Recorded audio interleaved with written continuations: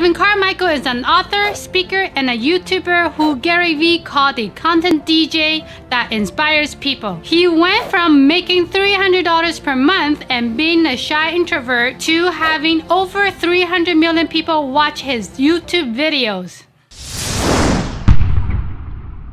Need motivation? Watch the Top 10 with Believe Nation. Top 10, I got a top 10. Got my motivation high for my top 10. Gotta learn from the wise women and men. All my life, like 9 and 9. For my top 10, top 10, 9 and 9. This one's for my top 10. Hey, it's Nina Carmichael. We made this video, it's because you're probably the most ambitious person in your circle, but you know you're capable of more, and you get that push by surrounding yourself with the best. So today, let's learn from one of the best, my husband Evan Carmichael, and his top 50 rules for success. Enjoy! So let's start with this. Purpose is not passion. They're related, but they're not the same thing. Passion is also not that hard to figure out. Neither is purpose. People just have not been given the right tools. So let's simplify it for you today. And if you're someone who's struggling to figure out what your purpose and your passion are, this video is going to be insanely helpful for you. I have a who, why, how process. Who is your most important core value? We're not going to dive into that in this video, but the next two are your why and your how. Your why is your purpose and your how is your passion. So let's start with purpose. Your purpose is your why. Your purpose comes from your pain. Your purpose is whatever the thing you struggled with the most in life. Think back to the most painful moment in your life. What was it? What was happening? What was around you? What was that moment?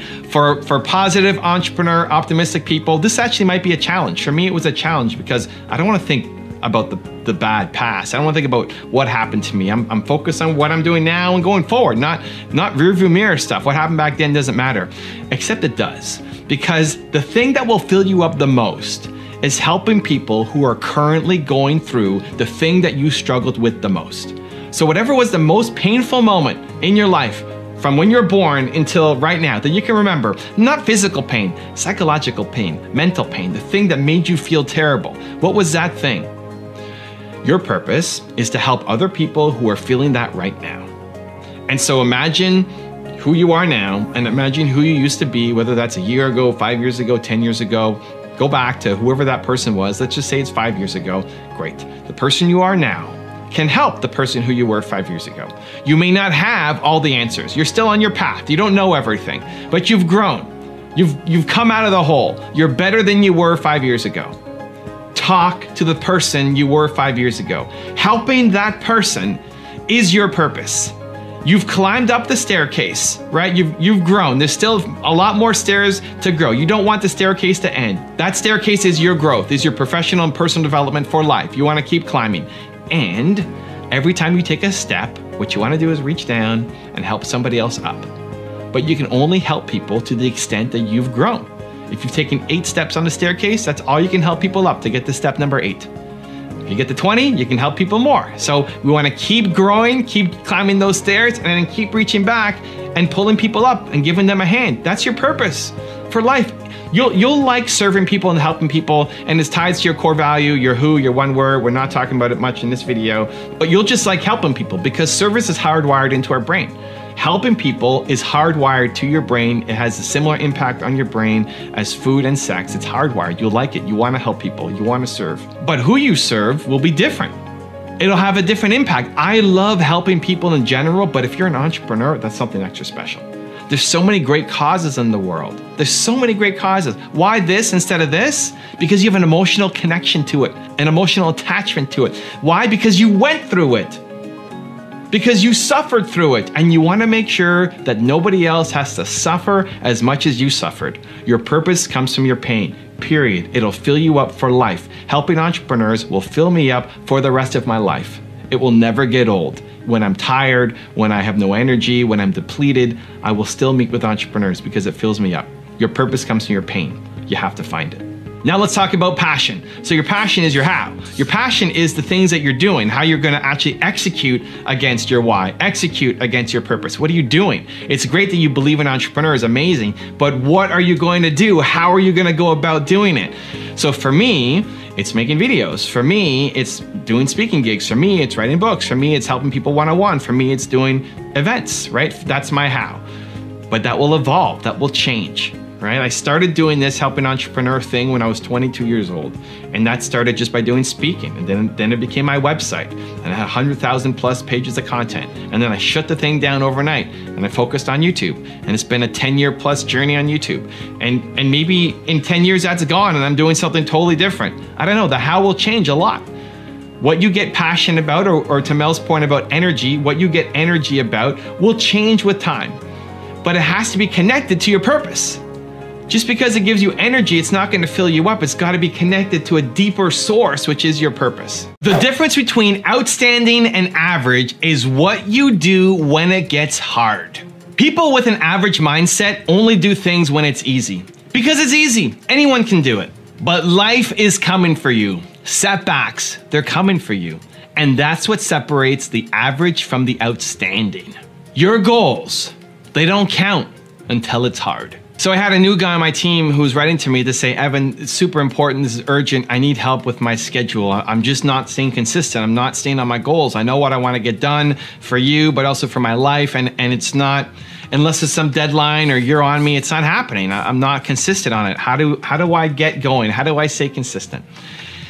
And so we worked together through the schedule and we created his calendar and said, what are your goals? And put it in your calendar and how do you want each day to go? And he plotted out his Saturday to Sunday, the whole week.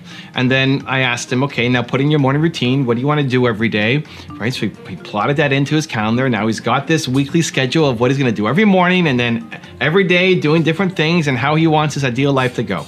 Awesome. And then I told him what really mattered. Like, this is great. Your actions map to your ambitions. It's really important.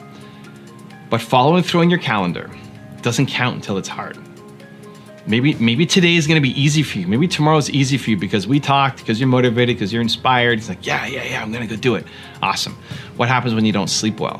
What happens when something happens in your family? What happens when the website crashes? What happens when something happens? What happens when you've lost some motivation, energy? What happens when you get some bad news? What happens? What do you do? This is where most people crumble. This is where most people, as soon as there's one little tiny thing that interrupts them, they're gone. They fall off their entire schedule and routine. Your goals suddenly don't matter anymore. You don't think they're possible. Your goals don't count until they're hard. That's what I told them. I said, listen to me. This is a great plan. That life that you wrote, that's a great life. What you wrote down on your calendar, that's a great life for you. That's what you want. Imagine if you did that every day for the next year. How different would your life look like 1 year from today? If you were consistent on staying like, oh yeah, amazing, great. Doesn't count until it's hard. None of this matters until it's hard. Life is coming for you. Get ready. And what I want him and I want you to realize is that you need to expect it. Because you're working your calendar and it's great, and here we go, we're hitting our objectives and going for our goals. And then when something hits us in the face, you're surprised by it. You're shocked. And then you fall off course. Don't be surprised. Expect it. Expect the difficulty. Expect the road bump. Expect somebody to punch you in the face. Like, expect it. It's coming. And this is your chance to be outstanding. Because everybody else is going to be average. The reason why you don't follow through on your vision is because you don't trust it enough. It makes sense that it's going to happen, but it's not happening yet.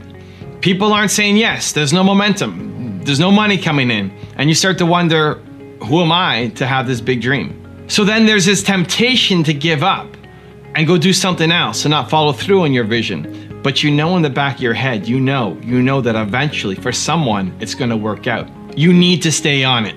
You need to follow through. Otherwise, someone else is going to make money off of your idea. They're going to make it happen without you. So look at what I'm trying to do here with this channel, with my YouTube content, with my mission, my purpose. I'm trying to solve the world's biggest problem. I want to spread more belief, right? The world's biggest problem is that people don't believe in themselves enough. I think everybody is a genius. Everybody has Michael Jordan level talent at something. They're just not living it. They're not doing it. They're not expressing it. And so they end up living a life that they don't like, knowing that they're capable of more. Like, this is the problem I'm trying to solve. It's one that I'm never going to fully solve in my lifetime. And I wake up every day trying to do it. And it's easy to get up and think, well, there's so many people trying to do the same thing. There's Tony Robbins and there's all these other people. Who am I to go off and do this? And I remind myself that I may not be Tony Robbins. I may not ever have as big an impact. I may not sell as many books as Simon Sinek. I may never have that big an impact. But I was able to help some people. You know, we have 2 million subscribers across the channels. We have 300 million views across the channels. It's having an impact. It's helping people. I can get better. I need to get better. But what I'm doing is already having an impact and helping people. So I need to keep going. And that's what I find really helpful. Just reminding yourself that you matter, that the work you do matters. Even if it hit one person, it made a difference. It matters. And so you have to follow through. You need to be your biggest critic as well as your biggest fan. People are usually their biggest critics. You point out all the flaws. You tell yourself all the reasons why you suck. I actually think that's a good thing. Being your biggest critic forces you to get better, but it's only healthy if it's paired with you also being your biggest fan. You think that you suck, but you also feel like you're amazing, like you're a gift to the world, like you're the best thing ever. You suck and you're amazing. You're the worst and you're the best, both. I think that's the healthy balance. You have to be your biggest critic as well as your biggest fan, both at the same time. Also, if you want to have more confidence and motivation, check out our 254 series. It's free. The link is in the description below. Surround yourself with greatness. If you want to be more confident, you need to surround yourself with things that make you feel confident. Smash all of those things together because that's the unique thing that only you can do. The reason to use a publisher is one, to get a little bit more credibility. If you're just getting started, people may not know you. There's still a little bit of a cachet around having a book with a major publisher. People don't push themselves to the extreme. They just don't. It's because it's too hard. It's too crazy hard that you're not likely to do it on your own. And so I think when those opportunities come, learning to embrace them, learning to take them on, learning to say, this is my chance to show myself and the world what I am made of. This is my chance. But is it still your limit? So let me give you a couple examples. This morning, I woke up and I didn't have a lot of sleep. I went to bed at 3 something last night. I woke up at 7:20 this morning. I turned off the alarm, but still woke up at 7:20, force a habit. And I'm not on a lot of sleep and I need to make a bunch of videos for you guys. And I want to bring my best. And I put pressure on myself that every video needs to be my best. I want it to be better. I want to grow. I don't want to just do the same thing over and over and over again. But it's a challenge. And so it's easy to say, oh, I'm so tired. Oh, I don't have energy. Oh, I wish I slept more. Or an excuse after excuse. But no, I'm going to go do it. And here I am.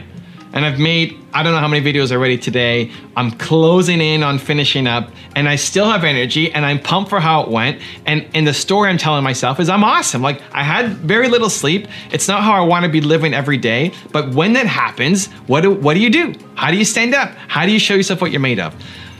But even that is not the biggest extreme. You know, like, I feel like I'm capable of way more. My tour was the most that I'd ever pushed myself. Not just mentally, not just facing fears, but physically pushing myself. Where I broke my neck in 2 spots. I had a concussion. I've never had a concussion before. It was wild.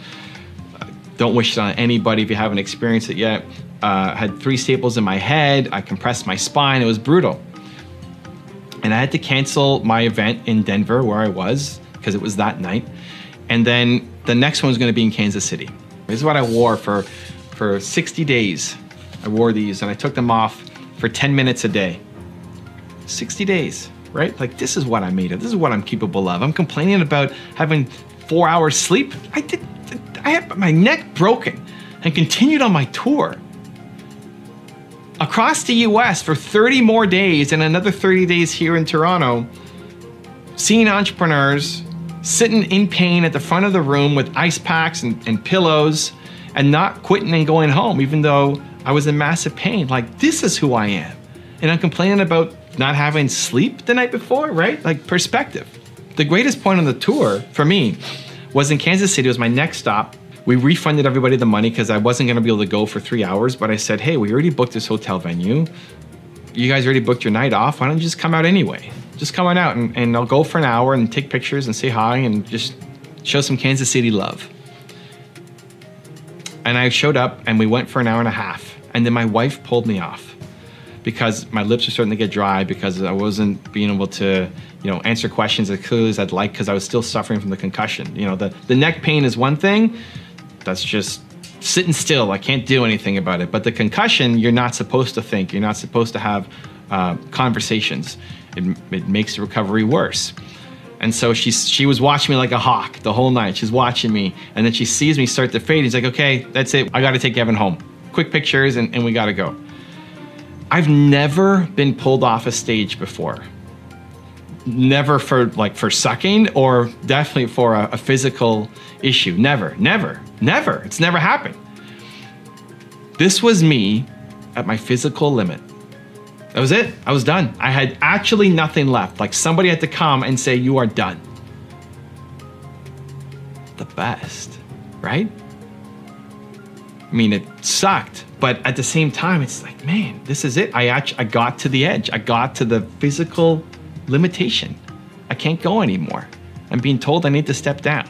And there's something so amazing that you feel about yourself that you were able to go that far. Now, you don't want to do that every day. You want to take care of your health. Of course. Don't do stupid things. And at the same time, the pride, the feeling of awesomeness that you hit that mark, I can't explain. So I started telling the people around me, my wife, my agent, the people on the tour, that we're planning a 2020 tour, and it's not gonna be as good. This will be great. We're gonna hit 23 cities, 90 days, East Coast, Texas, Mexico, Montreal. It's gonna be fun, but it won't be as good because I'm not gonna break my neck, right? I'm not gonna forcefully go break my neck just because, right? That's stupid. Don't do that. don't go do that just because. And so I'm not going to face the same challenge. And so the point is, I'll still have a great time. It'll still be amazing. But what we went through, what I had to go through in 2019, this year, is foundational. Like, I'm going to remember this forever. This is who I am. This is who I am. Not the guy who thinks that 4 hours sleep and making some videos is a big deal, right? It just resets who you are and reminds you, if you step up to the challenge, of what you're capable of. The people who are telling you that your idea won't work are not the people whose life that you want. So why are you listening to them? Your Uncle Joe, your Aunt Susan, the rest of your family, the people who you grew up with from high school, look at their life. Look at their life right now. Take away their words and what they're telling you, remove the emotion from it. Look at their life. Do you want a life like theirs? Because their advice will lead to a life like theirs. If not, then you probably should be doing the exact opposite of what they're telling you to do. Now, I think there's two types of people who will give you negative feedback. You got the haters, and then you got the people who are just ignorant. And there's a big difference between those two. So let's start with the haters. The haters, I call the little man, the haters, their entire role in their life is to bring other people down. Maybe they took their shot. This is actually quite frequent. They took their shot, they tried, they didn't work, they failed, and so now nobody around them can be successful. They get their value, they get their self-love by destroying other people because it makes them feel better about themselves. It's like watching some train wreck on reality TV show, right? Watching relationships and lives fall apart because it makes you feel better about your life. You feel better about your life when you see somebody else's life be a total mess, right? Those are the haters. Now, how do you deal with them? It starts by understanding that if you believe, like I believe, that humans are built to serve, right? People are built to serve. You want to do good. People are good, right? Both of those things. Humans are good and we're built to serve.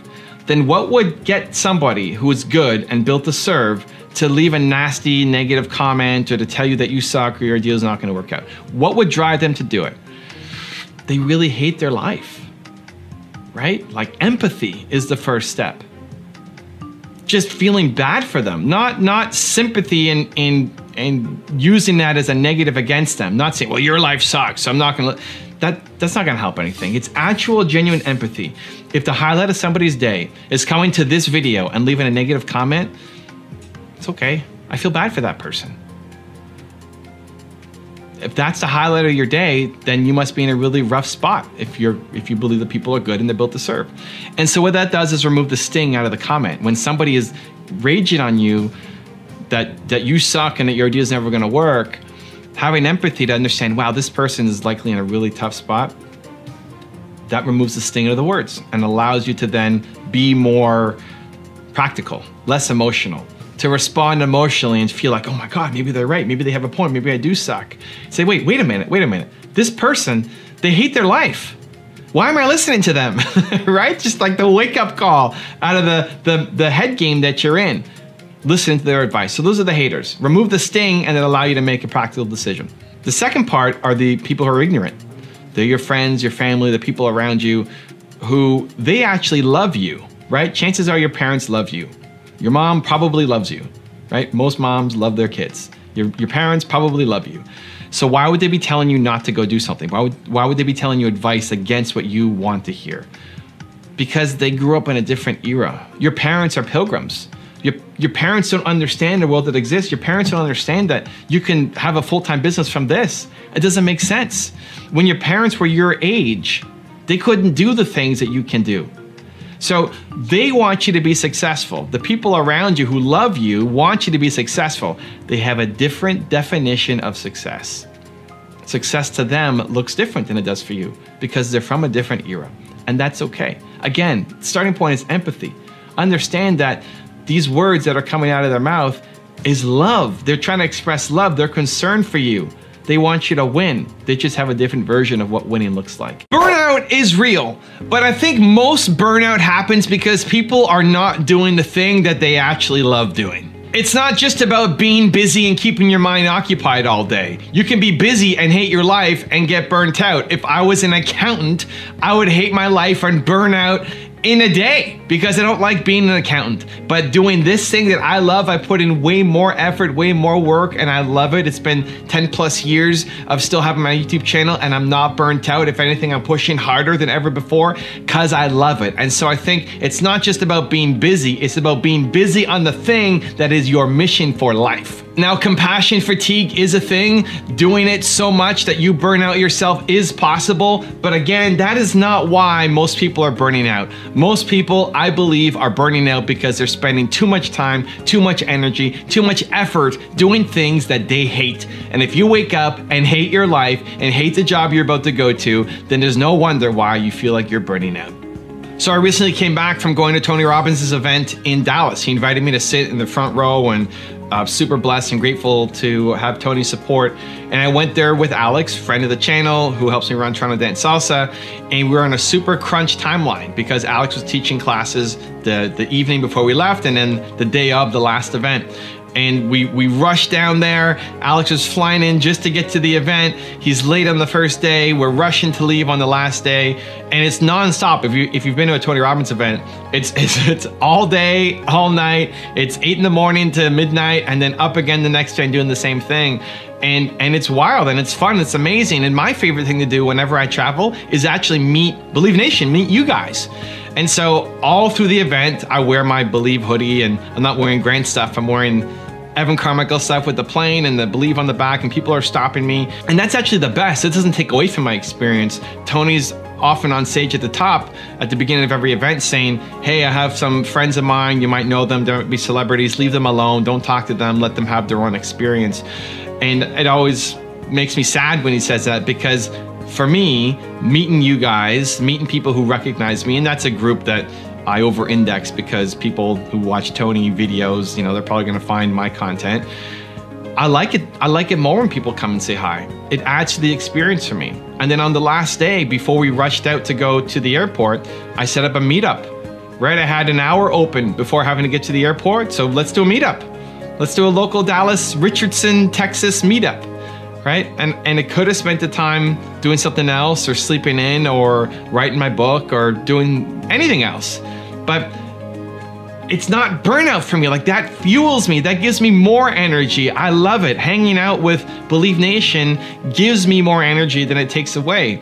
And I then took an Uber to get to the airport, and the guy who drove the Uber was actually in the meetup in Richardson. He's like, I gotta leave early because I gotta start my job. Okay, great. And then I book an Uber and there he is.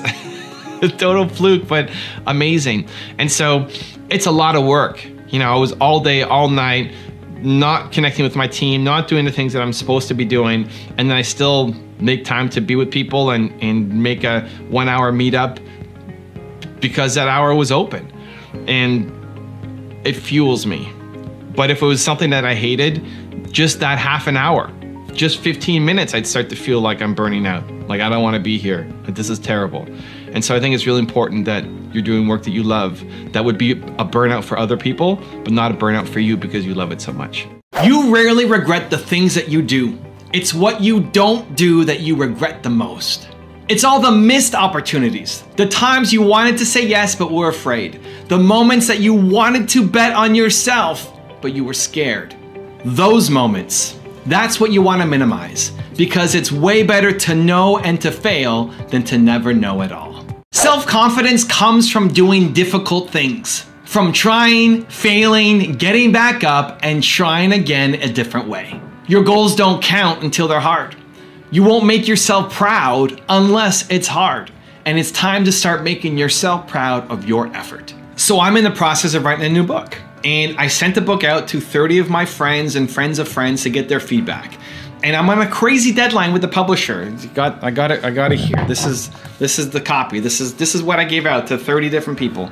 And they gave me all the books back on the same day. And then what I had to do was go through each copy and underline. I underlined, can you see? Kind of blurry. I underlined, anytime they underlined, I underlined. Because I wanted to see what they cared about, as well as catching typos and everything else. And I looked at that pile of books. I had 30 books I had to get through in one day. I had to basically read my own book 30 different times, make one master copy, underline it the whole day. And it stressed me out. I looked at that stack of books and said, how am I gonna get through all this stuff? And then I just started taking action. I just started doing it. And here's the thing, halfway through, I started getting massive pain. My neck was really hurting me. My back was really hurting me. My neck mostly because I broke my neck in March and I'm still healing and recovering from it. And I had to spend the whole time, like this, right? I got the books here on the table and I'm flipping through it and I'm doing this. And it takes a toll the whole day doing it like this. So a couple hours in, I'm having massive neck pain. It's the best, right? Like, I gotta get through it. This is the time. It doesn't count until it's hard. I don't want to be doing this every single day, right? If that's every day, you need to change your life, you need to change your habits. But in those rare moments, when you get the chance to push yourself, either physically, mentally, or just courage, because you're afraid of doing something, that's your chance. That's your chance to show yourself what you're made of. Humans are built to serve, period. Serving others is hardwired into our brain. It triggers the same area of your brain as food and sex. If you're not happy, it's because you're not serving. Either serving the world on this big mission that you have, or serving the 25 closest people to you. If you're not happy, it's because you're not serving. So one of the hacks that I do in my life to get me to do the things that I'm afraid of or don't want to do is through service. If I can connect any of my actions, like making videos, I don't necessarily like just sitting here talking to a camera, but I connect it to service. That I'm making this video, people are gonna watch it, hopefully get inspired enough to take some kind of action and it's meaningful to their life or business. That makes me feel good, that's service. As soon as I can connect the action to service, I am all in. And that's the way to hack me. You want something from me, whether it's my wife or my team or general public, if it makes me feel like this will serve other people and it would have a big impact, then it's much easier for me to get a yes. It's easier for me to say I am in. The fastest path for you to get the success you're after is to model success. The idea here is simple. You find people who have already done the thing that you want to do, learn from them, understand what they did to get there, and then try on their hat, right? See what worked for them and apply it to your business. This is what worked for me. This is what saved my company. Bill Gates saved my first company, even though I've never met him. I haven't yet. We're gonna make it happen, hopefully soon. I was struggling. I had a upstart software company that wasn't making money, and I quit on my business partner, and I woke up the next day and said, I need to find a way to make this happen. Like, I can't quit on this too soon because I'm gonna regret it if I don't keep going. And so I said, who has done this before? Who's done this? And I thought of Bill Gates. It was just the first person that came to mind was Bill Gates. So I looked at his story and how did he build Microsoft? Well, it was through partnerships. And so I started making partnerships in my business. I had nothing else to lose. I was already at rock bottom, right? I had already quit on my partner. It was hopeless. So let's just give this a shot. And within, I don't know, a couple months, maybe even sooner, I landed my first partnership deal for $13,500. And at the time, guys, I was making $300 a month. So that money meant the world to me. Like that was bank. And more important than that, it gave me hope, you know, like this could happen. This business could actually work. And it gave me a model to then go and do it again and again and again. And ever since then, whenever I don't know what to do, I model success. I find someone who's done it and I try to apply their strategies and make it work for me. But this is the important thing. Not every strategy is going to work the same way for them as it did for you. So maybe waking up early is your ticket. Maybe waking up later is going to be your ticket. There's people who've done both. Which is the one that's going to work for you?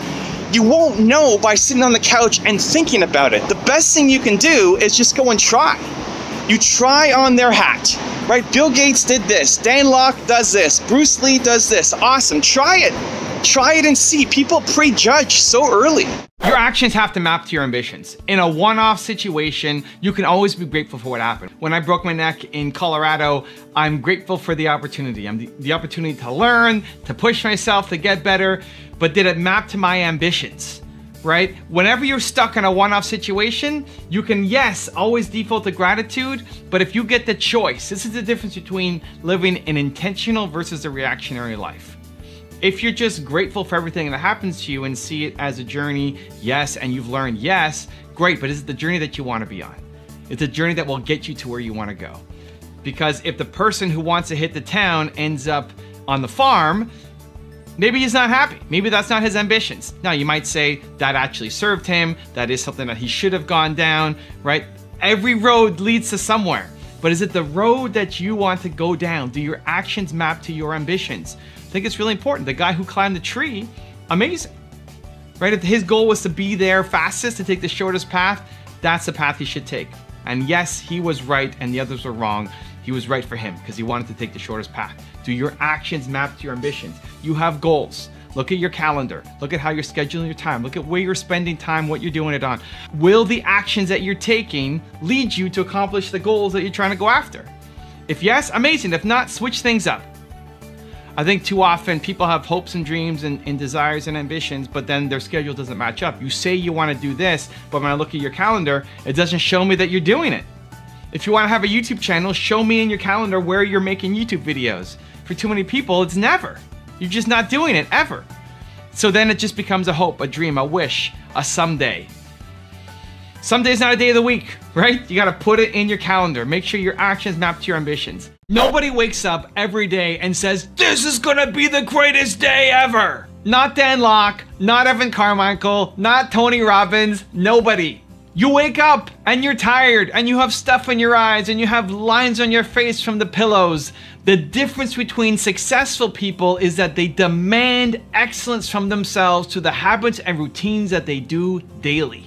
The problem is that thinking that these people are different, that if you're not waking up with tons of motivation ready to take on the day, that something is wrong with you. The only thing that's wrong with you is you don't have the habits that set you up for success every single day, and today, I want to change that. So I have a 5S morning routine that I go through every single day that sets me up for success, that demands excellence. I'm going to share with you guys today. The first S is sing. The fastest way to change your state is to put on music. The fastest way to go from feeling low energy, tired, bored, into an energy of I am ready to go is music. Put on the song, not that makes you feel the current way that you're feeling. This is where most people mess up. You put on music for how you're currently feeling. If you're feeling really sad and low energy, you're gonna put on really mellow, slow music. What does that do? It keeps you in the same state that you're in. It keeps you exactly where you are. What you wanna do is put on the music for how you wanna feel. And so I have a playlist on my main channel called the Believe playlist, which is the songs that I listen to. These are the songs that I listen to every day. They may work for you, they may not work for you. There's no perfect song for everybody. There's a perfect song for you. And so build a playlist of the songs that make you come alive. Here's the criteria. If this song came on, it would force you to start moving. If the song came on, you find yourself doing this. If the song came on, you would get out of your chair and want to move around. Doesn't mean you're gonna dance like crazy. Doesn't mean you're gonna start belting out the lyrics. That may be you, awesome. But if you're a little more introverted or don't like to dance, something that would make you move, something that would get you at least in your chair doing this. That's what I want. Make a playlist and put that on as the first thing that you do every single morning. It'll make a huge difference to setting the tone, changing your state, and giving you energy and momentum to start the day. S number 2 is sun. I like getting outside. I think there's something about getting outside of your home, of your condo, your apartment, getting outside, getting some fresh air, just being out in nature makes a big difference. Getting some vitamins on your face from the sun outside, but also signifying that you're leaving your bedroom, you're leaving the condo, the apartment, the home, you're leaving what happened last night, and you're ready to go off and start the day. This is especially important if you're working from home, because it's easy to have your office right next to your bedroom, or maybe your office is your bedroom, and carry that bedroom energy, that tired, I just woke up, I want to stay in bed, I want to sleep energy into your work, and you won't do great things if that's the energy you're carrying to your work. So having some kind of ritual that splits up sleeping energy to I'm ready to go energy makes a big difference, and I find the easiest way to do it is to get outside and get some sun. Bonus points if you're in a condo or apartment to take the stairs instead of the elevator. S number 3 is soar, and this is the most important thing for me. If you only take one of the 5, I think this is the most important one to take. What is the thing that makes you soar every day? What's the thing that makes you feel alive, bold, confident? What is that? And put it into your morning routine. At some point in your life, you felt bold. You felt unstoppable. You felt confident. It's happened to everybody. The problem is you don't feel that way consistently every day. You go through these bursts, these moments of, man, I could do such amazing things, but then the next day you wake up and you're a different person. You're back to the, I don't know if I can do it. I don't know. Who am I to go do this crazy thing? That's the problem. So whatever the thing is that makes you feel like you can come alive, that gives you that boldness and confidence, plan it with intention every single day into your morning routine. For me, what I do is I record a message on my phone to Instagram, to my stories, I put it to LinkedIn and Twitter. Right now I'm putting it everywhere, but I need to make a message. So I think of somebody that I helped yesterday. I think of somebody who commented on a video, who I met in person, who I coached on my Instagram Live, somebody that I helped yesterday. And then I make a message channeling that person. I won't say the person's name, but I have them in my head that I need to remind myself that the work that I do is important. It's easy to get lost in the numbers. It's hard to imagine that 200,000 to 300,000 people watched my videos yesterday. That's crazy. It's a wild number, right? It's wild. It's hard to, like, what does it even mean? I don't know. I'm just sitting here talking to a camera in my office, and 200,000 to 300,000 people are watching my videos. It's crazy. I need to think down to the actual person. I need to think about an individual, that this matters to somebody, that the work I do really means something to them. And then I need to record a message and share it. That helps me soar, and I do it every day. What is the thing for you? What makes you soar? Maybe it's watching the 254 series that I put up every day. Maybe it's watching the espresso videos like this that I put up every day. And some people, every day, this is part of their morning routine, is watching an espresso video, and I'm humbled to be part of your morning routine. For other people, it might be meditating, it might be watching a video, it might be reading a book, listening to a podcast. I don't care what the thing is. But you have felt bold, unstoppable, and confident at some point in your life. What led you to feeling that way, and then demand it of yourself every day by putting it into your morning routine? The third S is soar. It's the most important one. The fourth S for me is sweat. This is just about being healthy, having a healthy lifestyle, and I want to do something that makes me sweat. So whether it's a HIIT workout, a cardio workout, a weights workout, I put that into my daily routine because I want to bust a sweat and I want to stay healthy into my 40s, which is coming up, and then into my 50s and beyond. And then the last S for me is scare. I want to do something every day that scares me. What I'm doing right now is I take a cold shower. So after sweating, I need to have a shower. Don't want to show up to work all smelly. And so I hop in the shower, but right away start turning it colder and colder and colder and colder and colder. And then right at the very end, I go all the way cold and I freeze. And even just thinking of it right now, it sucks, which is the best. Right? You want to do the thing that scares you every day. You're teaching yourself that I do scary things. So whatever is scary for you, whether it's taking a cold shower, whether it's making a phone call, whether it's sending an email, making a video and posting it, doing scary things, teaching yourself, getting that out of the way right from the beginning, I find really helps me. People are afraid to tell the truth. You're afraid to tell the people around you the truth that could actually help them, that could serve them. You're afraid to tell them the truth because you're afraid that they're gonna judge you. You're afraid they're gonna reject you. You're afraid they're not gonna take it well. You're afraid they're gonna be sensitive. But you're actually doing everybody a disservice. And you're gonna walk away from the conversation feeling like, I could have helped them. I could have been more valuable to them. I could have saved them from making a really bad decision, a really big mistake, all because you were afraid to tell the truth. Whenever I'm meeting somebody, I go to an event, I just came back from an event in Dallas, Video Marketing World. Whenever I'm meeting somebody that I wanna learn from, I will start off saying, hey man, tell me why I suck. Tell me why I suck. If I'm looking at my YouTube thumbnails or my titles or me on camera or any part of something that I want to improve and work on, tell me why I suck. Now why? Why do that? Well, it's not just because I'm a glutton for punishment, right? I don't want people just yelling and raging at me. It's because when you do that, when you lead with that, when you say, tell me why I suck, it gives the other person the permission to be honest with you. Because they have advice that can help you. They have advice that might be able to change your business or your life, but they're gonna hedge.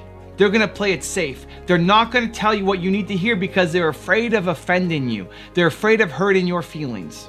And so you open up and you say, tell me that I suck and why. And then invariably what the answer is, well, you don't suck, but you know, you could do this, this, and that. And they'll tell you what you need to fix. Where otherwise, if you didn't lead with the tell me why I suck, they would hedge. And they wouldn't tell you everything that's on their mind. They wouldn't tell you the thing that you need the most, which is their honest, brutal opinion on what you do. Now, it doesn't mean that you suck as a human. You're amazing as a human. It just means you don't have the skill set. You're not good at this one thing that this person is an expert at and can help you. And so the next time you're going to an event or you're talking to somebody who might be able to help you, lead with it. Lead with it. Say, I respect you. I love what you do. I'm trying to work on this. Tell me why I suck. And then watch the honesty come through. People don't show up for one of three reasons. Number one is you're afraid. You're afraid of rejection, you're afraid of failure, you're afraid of it not working out, and so you just don't show up. Number two is you're not consistent. You show up some days, but you don't show up other days because you don't have the routines and habits in place to make you show up consistently every single day. And number three is you don't want to. You don't want to show up because you don't actually enjoy the thing that you're about to do. You would rather procrastinate on it because you don't love it, and showing up is more painful than just sitting around. So my goal today with this video is to help you bust through these so that you can show up for life and have the impact that you want to have. So I think the fear of showing up is actually a good thing. It means that you are doing something different, something outside your comfort zone, something that is not normal, that is new, and that's good. You want to be pushing the envelope. If there was nothing that you were afraid to show up to today, tomorrow, next week, then you're not growing, you're not learning, you're not pushing against your boundaries and comfort zones. And so even today, I had to show up. And again, it should be every single day. So today, I was procrastinating on sending out an email to Grant, as well as a couple other people, where I'm looking at doing more collaborations, more work on my YouTube channel, more cross-pollination connection to other successful YouTubers to help the whole entrepreneur YouTube community grow, right? I want to get the message out there. I want to be playing a bigger game. And so I emailed Grant and I emailed 4 other people with a new idea that I had. So when the idea was first suggested to me about doing this and reaching out, I had a little bit of nerves, like, okay, it's gonna require an ask. I might get rejected, it may not work out. And I had it scheduled for today, because today was my YouTube day. And so I look at the list today, and like, maybe I should start with 1 person, or 2 people, or just pick the easy people. And just the fact that I felt that, just the fact that that was one of the reasons meant I had to go and do 5. I had to do a bigger number. I had to go after the harder people. I had to do the people that I thought may say yes, may say no, may make me look bad if they say no. And a lot of it is just head games. The honest truth is, Grant's probably not gonna care. Grant's probably gonna say yes. Like 98% chance he says yes, and he passes it on to somebody on his team, we start working together, and we create the collaboration. 1% chance he ignores it, and 1% chance he says no. But it's not the logical, rational things that hold us back, it's the emotional, fearful things. And so what I've trained myself to do is anytime I feel that oh my God, it may not work out, then I have to do it. I have to do it. I have just to show myself, because the worst thing you can do is get to the edge of the cliff and say you're gonna jump and then not jump. It's better not to catch that you're nervous. It's better not to even come up with the idea, to just float around in ignorance. Ignorance is bliss, than to catch it and then play small. And so as soon as you catch it, I've trained myself, I want you to do the same thing. As soon as you catch it, train yourself to do it. even if it doesn't work out. Just training yourself that you don't back down when you are afraid. The problem isn't that you're not a genius, that you're not talented, that you don't have wisdom and abilities and resourcefulness, and that you're not Michael Jordan. That's not the problem. The problem is you're not focused. You're not doing the things that you need to do. I just came back from Video Marketing World in Dallas, and I was being asked about where to spend your time, which social media sites to spend time on. And I think this is a classic example of where entrepreneurs fail. Is you're trying to do everything, and as a result, you suck everywhere and feel burnt out, tapped out, and not building momentum. If you get to the end of a week and you feel like you worked your face off, but you look back and what did I get done? If that's how you're ending a week, you worked hard and you feel like, what did I get done? You're not focused. You're switching between tasks too much. Instead of having all of these social media sites at the same time, pick one and crush it.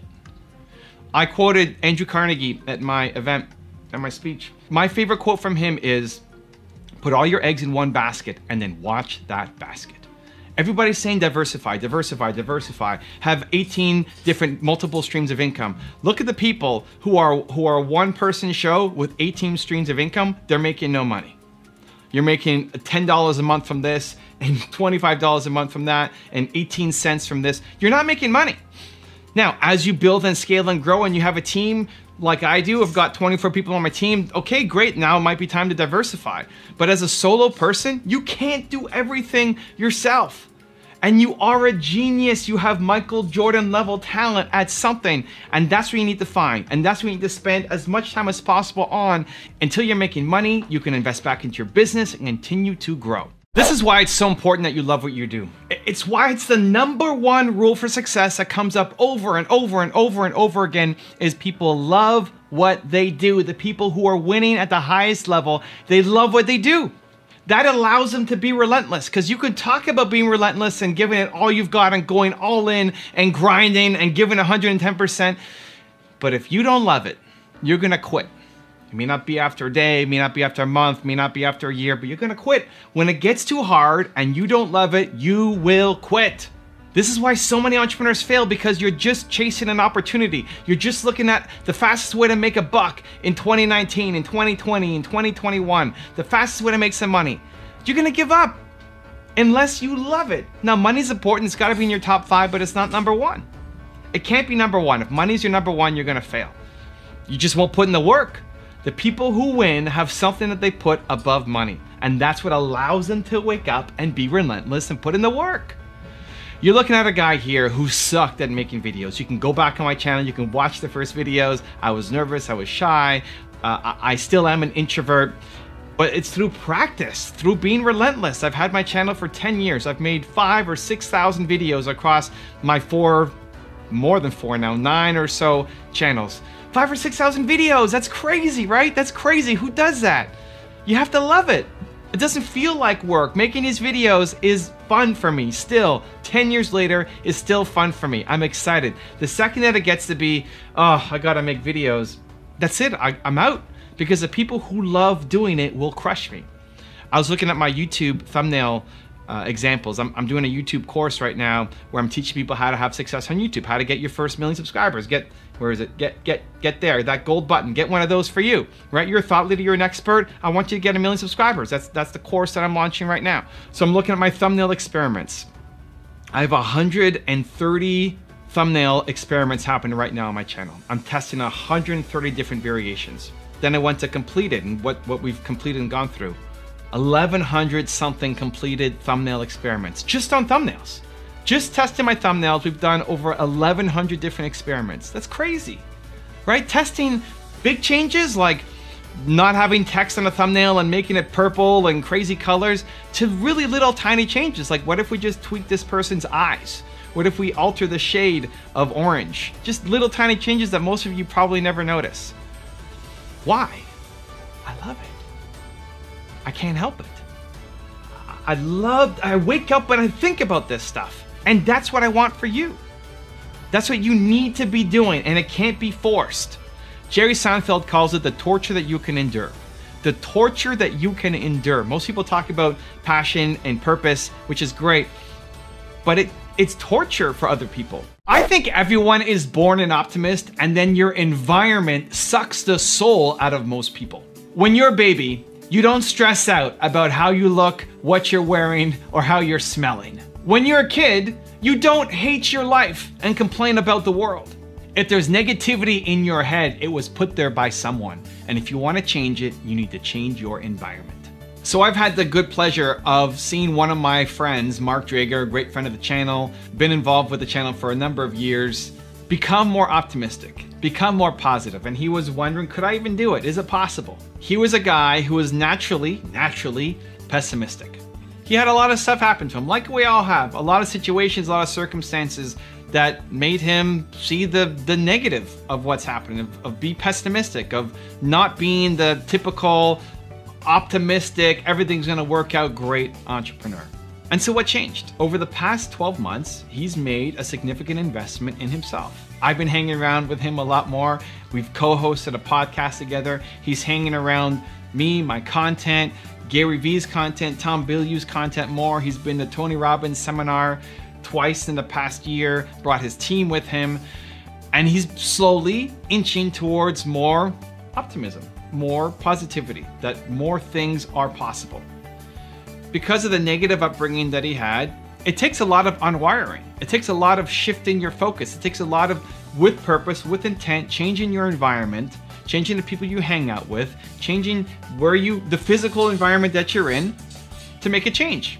I went to Mark's office and he's moving his office. He's creating his own office. He's putting a picture on the wall of himself and then what he wants to be as positive inspiration every day. He's looking at what kind of colors and what kind of furnishings and what kind of decor can I have in my office to make me feel bold, to make me feel alive every single day. It's possible. And I think that's the starting point for a lot of people. It's possible to change your outlook. It's possible to become more optimistic. That negativity that was planted in your head was put there by somebody else who hates their life. You were not born to wake up and hate your life. You were not born to wake up and think that it's just negativity all around the world. You're not born to wake up and be a pessimist. You're not. It was put there by somebody else who hated their life. And we need to eject that person. We need to unwire the years or decades of training. And in that void, you replace it with the thing that you want. If you want more optimism, you surround yourself with the most optimistic people you can find. In person, on your team, in video format, in the books you read, in the clubs you're hanging out with. You first limit access from the negative people, limit exposure. You may not be able to completely wipe them out, like maybe they're your parents. But you can limit exposure, you can limit access, either with time or just topics that you're covering, and then inject more positivity and optimism to the people, books, resources, environment that you have around you. You need to make the big decisions in your life with your heart and the small ones with your head. This is where so many entrepreneurs fall down. This is where so many entrepreneurs make mistakes, because you see a trend, you see an opportunity, you see something that makes sense. It just makes sense on paper. It's so clear that this is going to happen. But if it doesn't energize you, if you don't love it, if it's not in your heart to say, man, I can't wait to go off and do that thing, you're never going to win. You're never going to win because you're going up against people who love it. You're going up against people who love it, who breathe it, who sleep it, who dream about it. And for you, it's just an opportunity. You're never going to win big. Look at all your heroes, all your mentors, the people you look up to, the people who've done it. It's like, I want to be like this person in my field. I want to do it like she did it, like he did it. They love doing the thing. They love doing the thing. Doing it gives them energy. I look at what I do. I'm here in Dallas. I'm about to speak at Video Marketing World, an annual summit of some of the top creators on YouTube to help share, give back, help the community, give feedback, train on YouTube. I love doing this stuff. What am I? I'm in the parking lot filming videos for you guys. Not because it's a strategy, not because I need to make a video a day, because I love it. This is the best. I'm about to go into this meeting, to this conference, and I'm gonna hang out with entrepreneurs all day long. From the time I get in there until whatever time AM, I'm gonna be hanging out with entrepreneurs and helping them with their business, helping them with their channel, because I love it. And if that sounds exhausting for you, amazing. Don't do it. And if it sounds energizing for you, yes, go and do it. You need to make the big decisions with your heart. And then your head's still important. It's like, don't listen. It's not, the message is not don't listen to logic. The message is not don't look for opportunities. It's look for opportunities within the thing that you love. Right? If I love making videos and I love making content and I love helping entrepreneurs, but I went all in on MySpace right now, I'm going to lose. It's not the right strategy, right? You need both. It's working hard plus working smart. It's following what you love doing plus chasing opportunities. But what takes precedence? What's the most important thing? Your heart, the energy. If you are saying, oh man, Monday, if that's your mindset around Monday, you're doing the wrong thing. You're in the wrong career, you're in the wrong business. You will never be the top player in your industry. It'll never happen for you if that's your mindset. If you're itching to get back to it, if you can't wait to go to that meeting, can't wait to code, can't wait to make that piece of art, can't wait to go and make that video, can't wait to sit down and write lyrics for your next song, if that's the thing, then you're going to be successful. It's not going to be easy. It's still a long road. It's still a path. You still have to put in the grind and the effort and use strategies to help you get there faster. But it has to start by doing things that are energizing to you. You're going to spend so much time working. Guys, you're going to spend so much time working as an entrepreneur. Why not do stuff that makes you come alive? Why not do stuff that gives you energy? And so I want you to get out of your head. I want you to stop making decisions first from your head. I want you to stop making decisions only because it's going to help you get some goal. It's short-term thinking, and you're never going to win doing it. Big decisions with the heart. Big decisions that give you energy. Look at your calendar. Are you energized about the week that's coming up? Look at your calendar. Go load your calendar right now. Load it on your computer, load it on your phone, however you're loading your calendar. Look at it. Look at your calendar. Look at the week ahead. Are you excited? Are you excited about what you're about to do? If not, you're doing the wrong stuff. If you're only excited about 10% of your calendar, you're only pouring your genius, your Michael Jordan level talent into 10% of your time, you're not going to get to where you want to go. You need to flip it. Even if it doesn't make practical sense at the beginning. Because all great things are made from the heart. All great things, every great business, every great song, every great creation started from here. From a place of passion, from a place of purpose, from a place of energy. And I want to put some pressure on you guys to go off and chase it down, because so many entrepreneurs fail and they lose a lot of money. It's not an easy game. But one of the biggest reasons, if not the number one reason, is because people pick an industry, people pick a business idea solely because they're chasing an opportunity down and they didn't love doing the work. There's a reason why in my videos I say you have Michael Jordan level talent. I believe it, it's true. You have Michael Jordan level talent at something. You are the best, the absolute best at something in the world.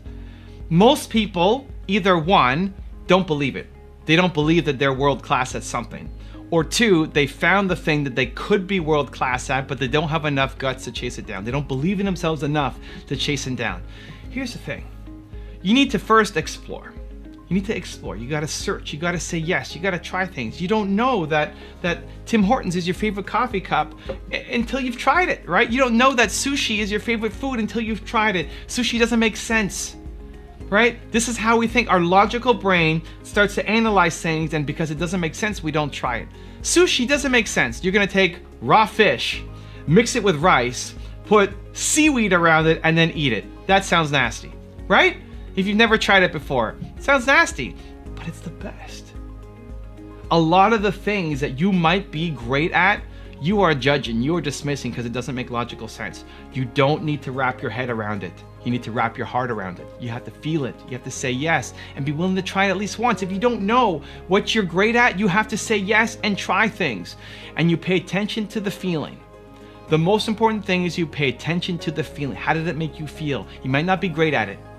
I expect not to get results at the beginning of anything, especially if it's a new skill you're learning, right? Expect to suck at the beginning. You're gonna suck. It's okay, it's normal. But how does it make you feel? Does it energize you? Do you wanna come back and do it again? The difference between you hating and loving your life is perspective. As Marcus Aurelius said, the impediment to action advances action. What stands in the way becomes the way. That negative situation that you're facing right now will define you. Either you succumb to it and you hate your life forever, or you rise above it and it becomes the greatest blessing of all time.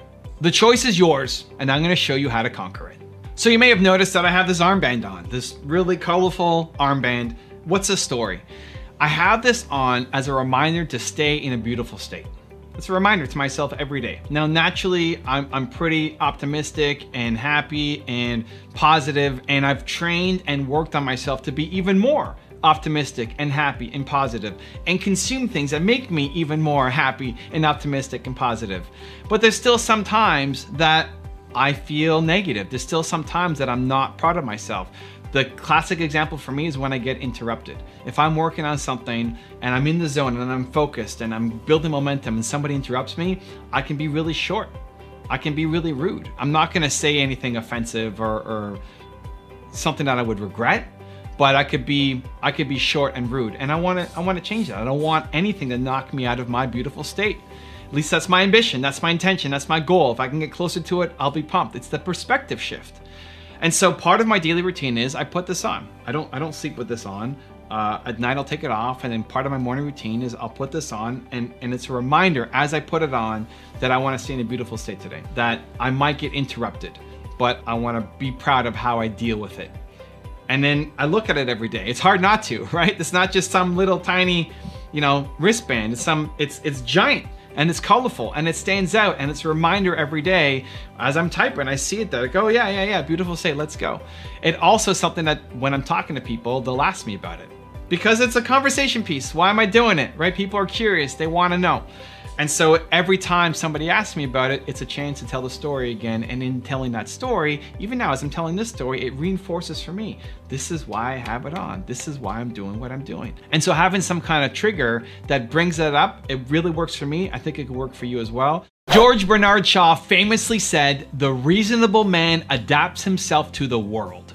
The unreasonable one persists in trying to adapt the world to himself. Therefore, all progress depends on the unreasonable man." The entrepreneurs who win are the unreasonable women and men who are trying to make a difference. You're different. You don't fit in. Stop trying to. Instead, make the world adapt to you. I want to tell you a story about Guan Yu and his Guan Dao. Let me get my prop. So, this is a heavy statue made of bronze. Let's hope my desk doesn't collapse from this. We good? Can we see? Okay, good. This is Guan Yu. Guan Yu is a legendary Chinese general, god of war, and he was a huge man in Chinese history. He was huge by stature, giant. He was bigger than everybody else that he was fighting against. So when he was getting started in fighting, when people gave him a regular sword or staff or spear, it was so light for him. It was too easy for him because he was such a giant beast of a man. And so instead of just taking the tools that everybody else was using, he made his own weapon called the Guan Dao. It's this crazy thing right here. It's this crazy, staff with a giant blade on the end of it. Guan Dao. Nobody else could lift this thing because it was so heavy. But he had it crafted for him because he could lift it, and it made him even more powerful than everybody else because he had this giant weapon that he was using in all of his fights. That's what I think entrepreneurs need to do. That's what you need to do. You are a genius. You are Michael Jordan at something. You are Guan Yu at something. The greatest fighter in China at the time, right? That's you at something. And for you to win, you need to have your own Guan Dao. You need to craft your weapon, craft your business, craft your habits, craft your activities, craft the people around you so that you can leverage what you're naturally great at. I make videos. Right? I love having my own message. I love DJing content. It's what I love doing. I can make 4 videos a day across my channels because I have a team of people who help create all of this stuff. If it was just me doing everything, I would not be making the content that I am. I built the business around me, what I'm great at, what I love doing, what I want to continue to excel and improve at. You need to find the same thing for you. You are a Guan Yu. You are a Michael Jordan. It's time to embrace that. And then create something that hasn't been created before. That's what entrepreneurs are doing. Create your Guan Dao to let you do what you're so good at an even higher level. If you are the most ambitious person that you know, you are going to play small for life. Look around at your friends, your family, the people that you hang out with. What do they want out of life? If you're the one always pushing them and no one's pushing you, guess what happens? You don't get the push that you need and you stay in mediocrity, being the best in a group of unambitious people. So I just came back from an event in Florida that I was doing a keynote at, and at the end, I challenged an entrepreneur who showed up to make some changes on his YouTube channel. We met over dinner, I helped him with his YouTube channel, it was him and his business partner sitting there, and I said, by tomorrow, here's what I want you to do. I want you to go in and make sure you have these things updated. And he said, yes, I'll do it. I said, it's important to do it by tomorrow because I'm still here. I'm still here in the morning. If you need anything, you can ask me face to face while I'm still here before I fly home to Toronto. Yes, I'll do it. Next morning comes around. We show up in a meeting. I got a meetup happening. We got, I don't know, 30 people who showed up to meet with me. And I see him out of the corner of my eye sitting at the back of the room. And I say, hey, did you do the thing that I told you to do? And he said, no, I didn't do it. I said, why? What happened? He said, well, we were doing lots of other stuff. It's been a full day. You know, we had this entire day of speaking and meeting people. And then so much information went home. We were doing all this kind of work. Okay, great. But what about the promise that you made to me to do it? And then his business partner chimes in and said, you know, it's actually my fault. I told him. Evan's probably not going to notice. He's not going to remember. Don't worry about it. We'll take care of it when we all fly back home. And so I told him, don't let your business partner's low standards prevent you from moving forward on the things that you said you were going to do. Staying committed to the thing that you say you're going to do, your word to yourself, is the whole game. Forget about what you just say to other people. What do you do for yourself? Because we're often looking for no's. We're often looking for somebody else to give us a break. Right? He's been working hard, and he is. And I know him, and I know his business partner, and these guys are not slackers. They're not slackers. And I was poking a little bit at his business partner, saying his low expectations, his low standards. But in this situation, it was true. The entrepreneur that I was speaking to said he was gonna do this thing by tomorrow morning before he came and went to my event. He would do it. And his business partner says he's not gonna remember. Don't worry, we've worked too hard already. Let it go. We'll do it when we get home. And they would do it when they got home. I know they would. He's looking for the reason not to do it. When you say you want to hit the gym, when you say you want to hit these business goals, when you say you want to have this outcome and be proud of the effort that you put in every day, when you say that you're going to do something, there will be moments where you want to let yourself off the hook, where you say, I work so hard, or I'm so tired, or I deserve a break, right? This is the language you use to yourself. And so when that happens, you're looking for affirmations from the people around you.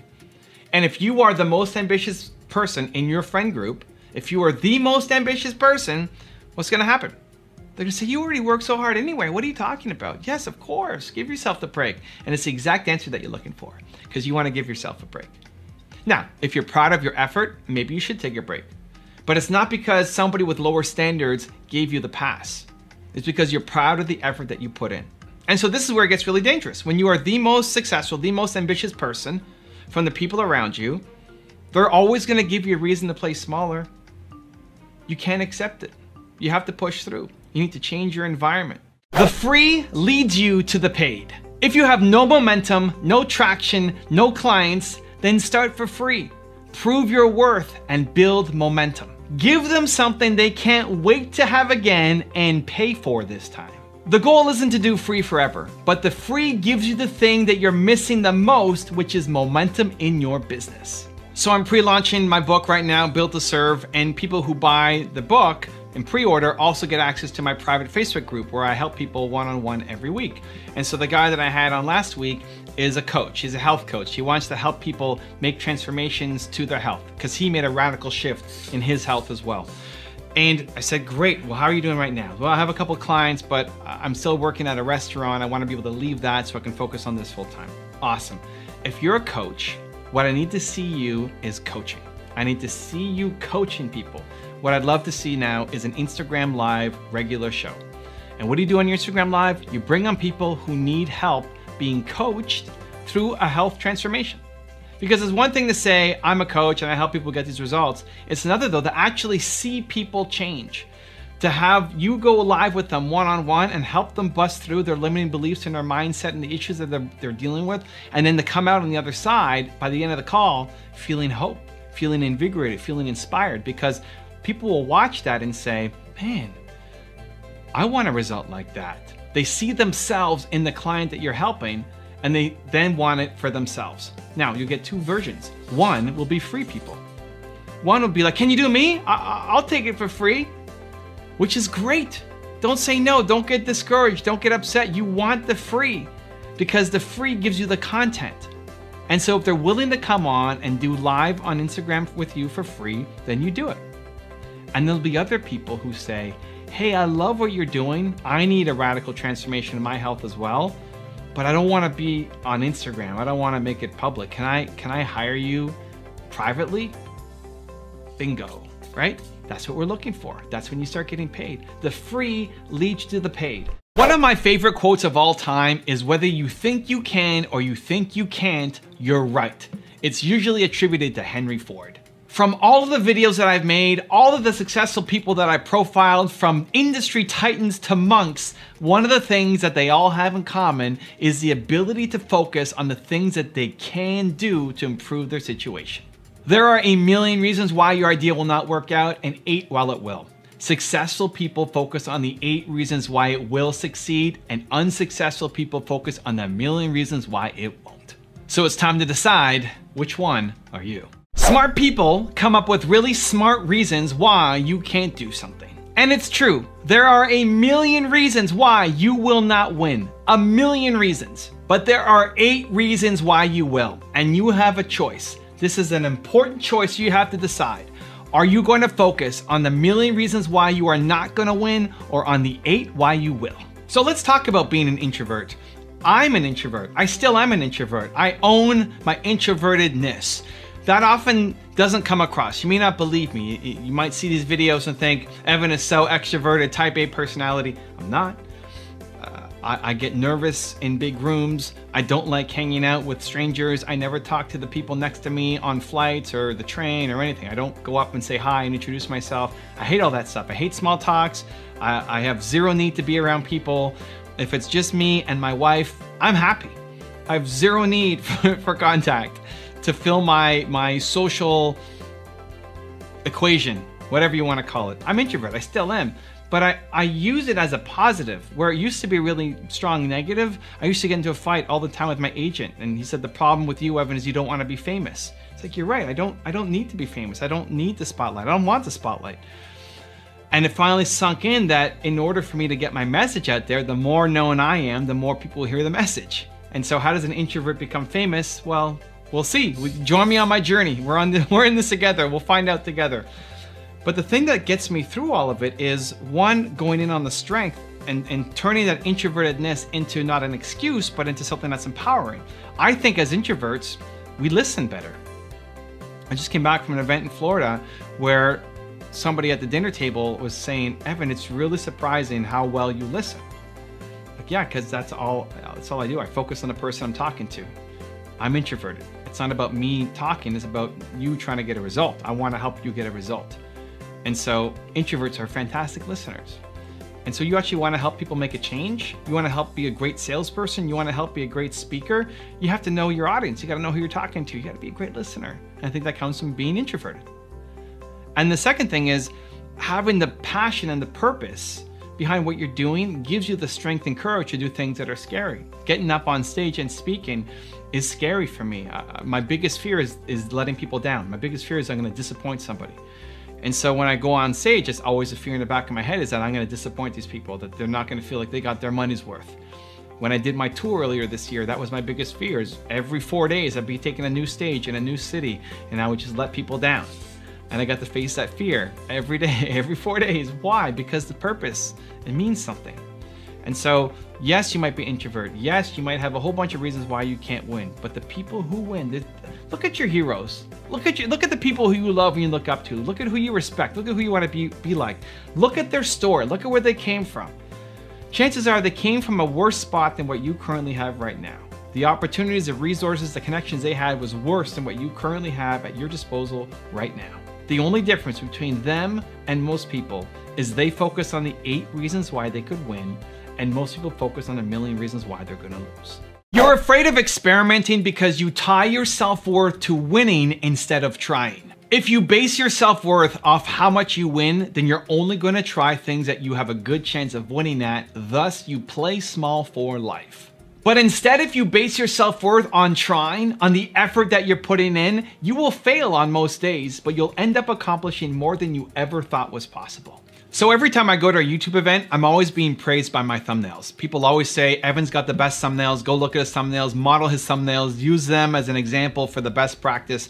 And I internally am always saying our thumbnails suck.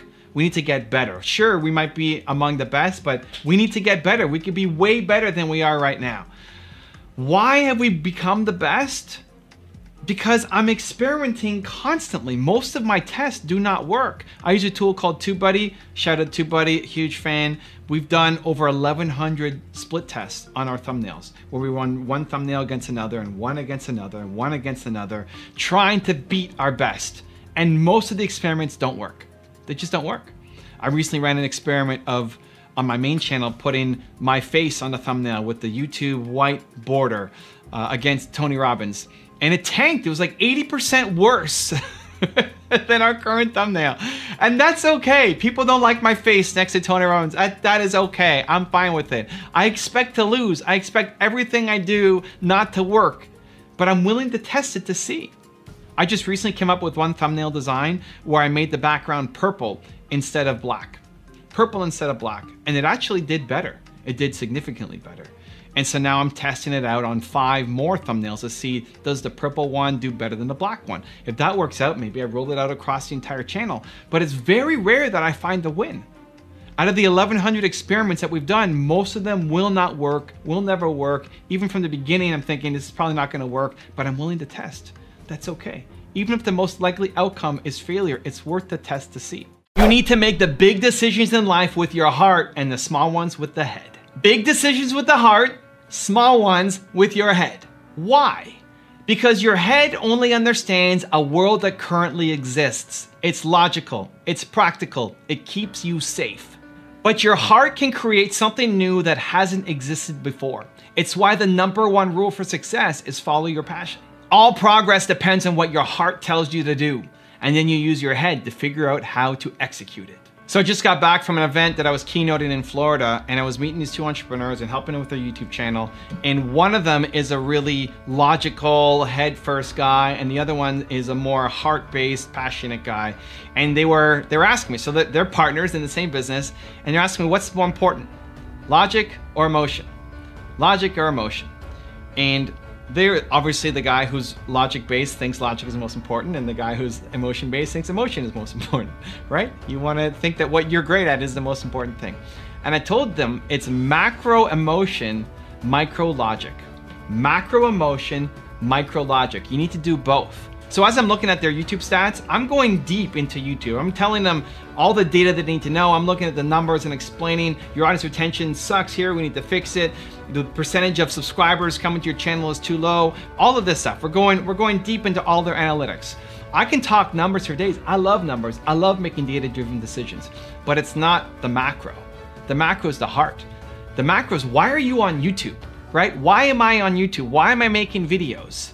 That's the macro. And then you use your head to figure out the how. The science of the thumbnails and the audience retention and the playlists and the titles and all of the micro strategies that you can use on YouTube to grow.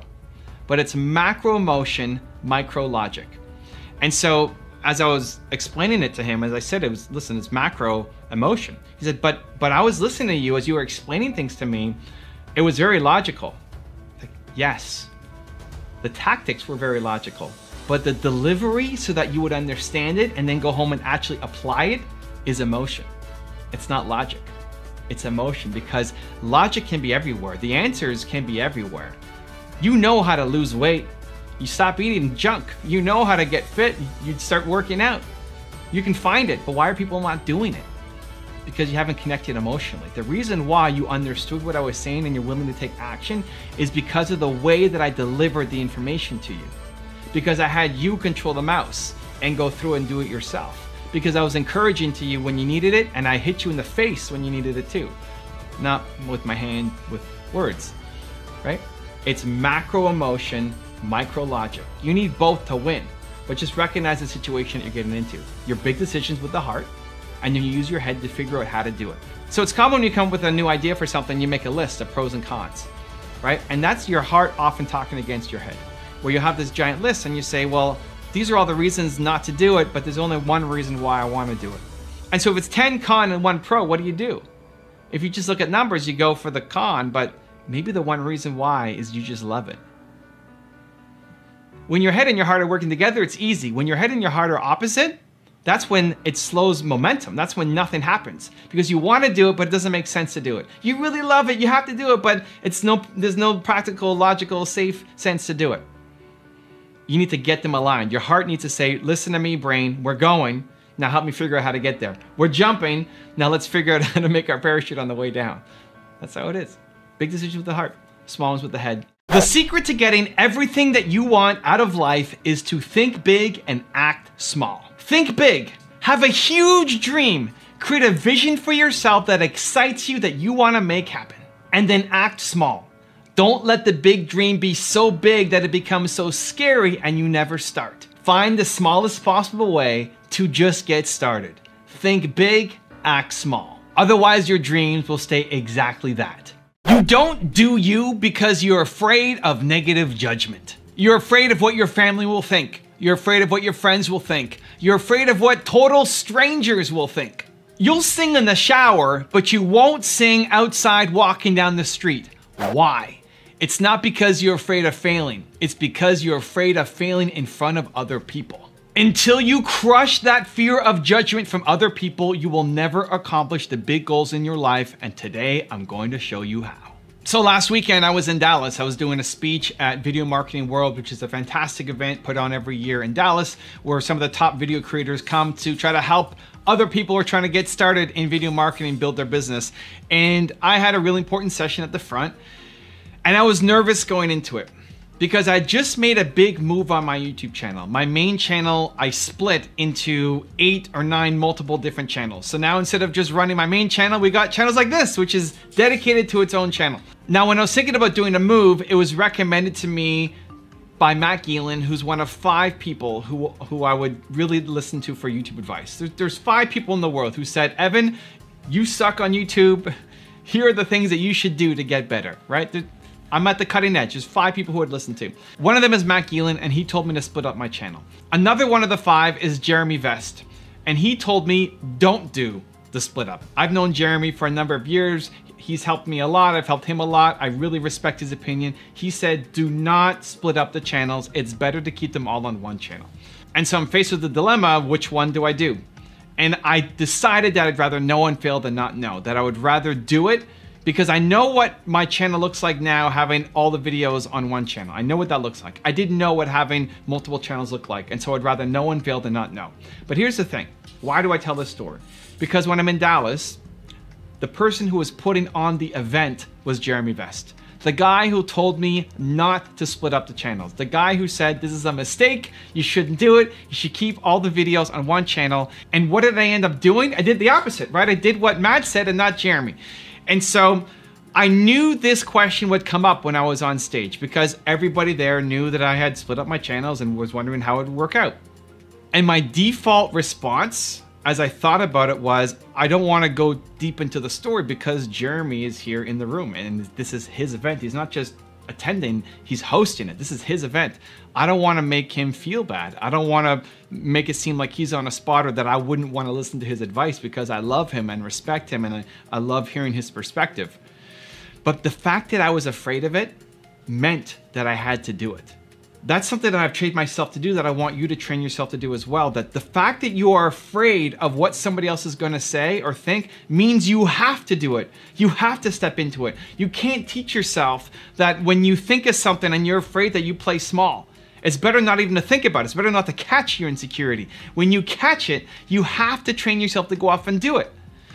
And then I default to thinking, okay, well, how can I do this in a way that is respectful to Jeremy, that is loving to Jeremy, that I can show people how much I appreciate his feedback, that I don't make him look bad at his own event. How can I do that? And then that question asking leads you to better answers. And so it came up, just like I thought it was gonna come up. And I talked about it, and Jeremy wasn't offended, and Jeremy did not look bad. And I accomplished my objective. And I did it, made myself feel proud because I was nervous, because I was afraid. And so that's what I want to teach you, that the next time that you're afraid, that the next time you're feeling small, the next time you're worried about somebody else's opinions of you, that you go and you take action, that you do the thing. Because you cannot play small for life. If you are worried about what people think of you, you will never accomplish the big goals in your business because you have big goals. You're an entrepreneur, you want to do amazing things. You have big ambitions. That will never happen if you're afraid of what one person is going to think of you. Humans are built to serve. You want to help people. It's hardwired into us. Serving other people touches the same part of our brain as eating food and having sex. You need it. But how do you serve? What is your purpose? How do you find your passion? I'm going to answer that in this video.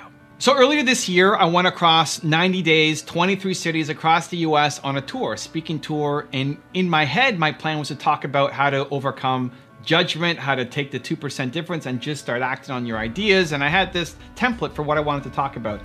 And as I started getting more questions, the single thing that came up over and over and over again from 23 different cities across the entire country, from Pittsburgh to San Diego and back, was how do I find my purpose? What's my passion? What am I supposed to be doing? And in every single city, I had to walk people through this process. And because it became so important, I started to write a book on it because I basically went through interventions with people where I had them stand up and had them go through a 3-step process that I'm going to walk you through in this video in a minute. And they got a result. And suddenly, after years or decades of no clarity, they had clarity on what they should be doing and what their purpose was, what their passion was, and what their path forward was. Step 1 is who, step 2 is why, and step 3 is how. So let's start with step 1. It's your who. It's your most important core value. Humans are built off of core values, and there's one that's more important than all the others. If you had to decide what is your single most important core value, what is it? You may not know exactly, but you're going to get pretty close. Just go down this thought exercise for now. What is one important core value that you hold? That if people around you were the opposite of it, it would be toxic to you. It's important to figure out because when people don't know what their most important core value is, you get pulled into a whole bunch of different directions. You get pulled to follow somebody else's purpose, somebody else's mission, and settle for it. But what you're settling for is crumbs. It's crumbs of purpose because it's their purpose that you're just kind of helping instead of you actually living your purpose. It makes a massive difference.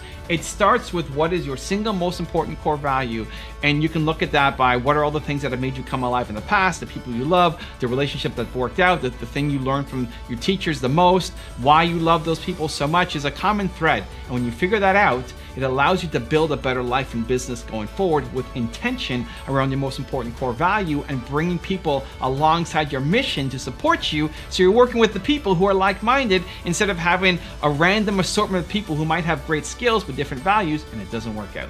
Step 2 is your why. This is your purpose. Your purpose comes from your pain. Your purpose comes from your pain. Think about the most painful moment you had growing up in your past. It doesn't have to be from 8 years old. Maybe it was something that happened 2 years ago. But the most painful moment in your life, what was it? Where you felt not physical pain, but emotional pain. That you felt worthless as a human being. When did you feel the most worthless as a human being? That moment. Helping other people is built into you, right? Humans are built to serve. But helping people who are exactly like that will be the people that you love helping for the rest of your life. Because whether that was 2 years ago, 5 years ago, 20 years ago, let's just say it was 5 years ago for this example, the person who you were 5 years ago, you've grown a lot since then. You may not be out of the woods. You may not have figured it all out. You're still on your journey. You're still learning and growing, and you never want to stop learning and growing. But you're way better than you used to be. You're way better than you were 5 years ago. Now, there's a lot of people who are exactly who you used to be 5 years ago, and they're struggling, and they need help, and they need guidance, and they're afraid, and they don't know what to do. You can help them. Just like the version of you right now could go back 5 years and help the person who you used to be, there are a lot of people who are what you used to be. They currently are what you used to be. You can help them. And helping them, it's not just a matter of you can. It'll fill you up. It'll never get old for the rest of your life. Your purpose comes from your pain. And then step 3 is your how. This is your passion. So how did you get out of it? How did you solve the problem? Again, you might not be totally out of the woods. You're still learning and growing. Amazing. But you've learned a lot since the person you were 5 years ago. How did you get out of it? What did you do? Was it watching YouTube videos? Was it meditation? Was it getting in shape, eating better food? What was it? What did you do? What did you do to save yourself? That was not a random occurrence. That was not something that can just work for you. That's a recipe that you can apply to help other people as well. The path that you took to get out, or at least get a little bit better than where you used to be, is something that is teachable that you can help other people with as well, and give them hope, and give them momentum, and give them confidence. And again, that will fill you up for the rest of your life. Your fear of other people's judgment is the single biggest factor holding back the success of your life. You want to serve others. Humans are built to serve others. You need it. It's your purpose. But serving requires someone else. And as long as you're worried about that person's judgment and opinion of you, you'll stay still and never act. So you've got one foot on the brake and one foot on the gas, pushing hard, spinning your wheels, and never going anywhere, knowing that you're capable of a lot more, but afraid to take action. I don't tell a lot of stories about my parents. They had a huge impact on my life. They're here on the wall behind me. I'm 8 or 9 years old, and that's them above me. They're really private people, so I keep the stories that I share about them to a minimum. But one of my favorites are when I was in school, I was in art class, and the teacher told me to do a project, and he said, paint a window. And so I painted a window, and then I added a sailboat, and I added sunshine, and I had some curtains, and I added a lot more to the painting. And I failed the assignment because the teacher said, well, I asked you to paint a window and you did all this other stuff. And so my parents went into school later on and said, hey, what was the assignment that you asked Evan to do? And said, well, paint the window. I was like, well, he clearly painted the window. I mean, he did what you told him to do. and they stood up and became a shield for me. And I was blessed to have amazing parents. You might have amazing parents, you might not. It doesn't matter either way. But wherever you learn and however you learn, you have to learn it. That you need to go off and express yourself. You need to go off and create the thing that you want to create, even if the rules tell you that you can't do it. Even if your teachers tell you that that's crazy. Even if your parents tell you you'll never make it and they want you to do something safe and practical. You have to do it, because otherwise you're teaching yourself to play small. And that permeates for life. You have ideas, you're a genius, you've got Michael Jordan level talent at something. You should be off creating amazing things, but you're afraid because of other people's judgment. And as long as that is the thing that is in the back of your head, that you're not afraid of failing, you're afraid of failing in front of somebody else. You'll sing in the shower, but you won't sing on the street because you're afraid of what other people are gonna think about you. And as long as that is the reason why you're not taking action, then you lose for life. You love difficult things. You do. Difficult things are amazing. Difficult things are the best. Difficult things are the only way that you grow. Think about it. What's the opposite of difficult? Easy, safe, inside your comfort zone, boring. The single greatest thing that you can ever do for your confidence is teach yourself that when things get difficult, you don't shrink down, you rise to the occasion. So in my keynote presentations, I used to always use slides as well. I had PowerPoint up and I wouldn't read the text off of the slides, but I have a picture and I tell a story about it, and it would always keep me focused on where my presentation was going. And then I got offered to do a speaking gig in Paris. I was the keynote speech at this big event for this software company, and I was gonna close the show for them. And I had this idea in my head that, what if I didn't do slides? What if I spoke on stage for, I forget how long, 45 minutes to an hour, closing keynote, and I just had one slide, and it was a picture of a rabbit, because I was telling a story about trying to teach a rabbit to climb a tree. And it scared me. I thought, it's difficult. And because that's what I thought, then I had to do it. Because in my head is, well, what if I don't remember where I go? What if I forget the stories? What if I lose track of where I'm at and I'm sitting here on stage, the closing keynote, been paid all this money to come, and I just suck? And because that was the reason, then I had to do it. I had to do it. And so I said, I'm just gonna have one slide. And when the tech team said, hey, what do you want to show on screen? Here it is. It's just one slide. Yep. No videos. Nope. No audio. Nope. One slide. That's it. Put that up. And I practice and I practice and I practice. And because my greatest fear in the world is disappointing people, I probably over practice and had my speech down, and I went and crushed it. But even if I didn't, it was the willingness to try. It's the willingness to do difficult things. That as soon as you feel yourself playing potentially small based off of something being difficult, that means it's go time. That means you have to do it. Because teaching yourself that you think of something that's big and scary and then you crouch down and you shy away and you don't do that, that's an ongoing lesson that you are teaching yourself that you suck. You're telling yourself, if I went and said, what about doing just one slide in France, right? For my Paris keynote. What if it's just one slide and I'm scared of it and I don't do it? I'm teaching myself that I suck. That's what you do. Anytime you approach something big and you don't do it, you're telling yourself you're not capable. You're telling yourself that you suck. And so everybody else might let you off the hook. You may not even tell anybody else about this crazy idea that you have, but you playing small is not acceptable. When something is difficult, you have to attack it head on. What do you say when you see yourself in the mirror? When it's just you, when you're all alone, it's just you, you see yourself in the mirror, what do you say? Do you say great things or do you beat yourself up? Most people, they might act confident and seem like they have it all put together, but secretly they're fighting their own battles, and at home, in private, the comfort of their own home, they're their own worst enemies. The secret is to be your own biggest critic as well as your biggest fan. The push you give yourself has to be from a place of love and potential, not lack and despair. So I recently posted on Instagram a little cartoon of me passing by a mirror, and you see my reflection in the mirror, and the caption says, "I love you." And then I challenge people to say, hey, what do you say to yourself when you look in the mirror? And giving them an 18-day challenge to say, every time you see a reflection of yourself, to say something positive, whether it's I love you or give yourself a compliment, something positive, because I think most people live in the land of negativity. All we see is all the negative things that we're doing and all the things that didn't work out and things that could have been better. And that can actually be very healthy. I think you need to be your own biggest critic. I think you need to have higher standards for yourself than what you're currently doing. But it only works, being your own biggest critic only works when it's based off a foundation of love. When it's based off a foundation of I am an amazing human being and I love myself and I suck at all of these skills. The problem that most people have is you see that you suck at a skill, that you didn't get the result, that you're not good on camera the first time you go out. You didn't get the result, you didn't land the sale, you didn't make the deal, you didn't get the date, you know, whatever it is, you didn't get the result, and then you think that you suck as a human because you don't have the skills. It's the opposite. You're amazing as a human. It has to be from a foundation of love, that you love yourself and that you suck at the skills. And then you can beat yourself up over how do I get better? How do I improve? How do I acquire the skills? How do I move forward towards my goals? Your environment has been perfectly created to keep you exactly where you are. Everything around you, your friends, your family, the media you consume, all keeps you exactly where you are. If you want to raise your standards and raise the quality of your life, it starts with raising your environment. So here's a story I haven't told in a while. When I was building up my YouTube channel and I closed my first multi-year deal with a big brand, it was with a CEO, high-powered CEO, one of the largest companies in the world, especially in the entrepreneur space.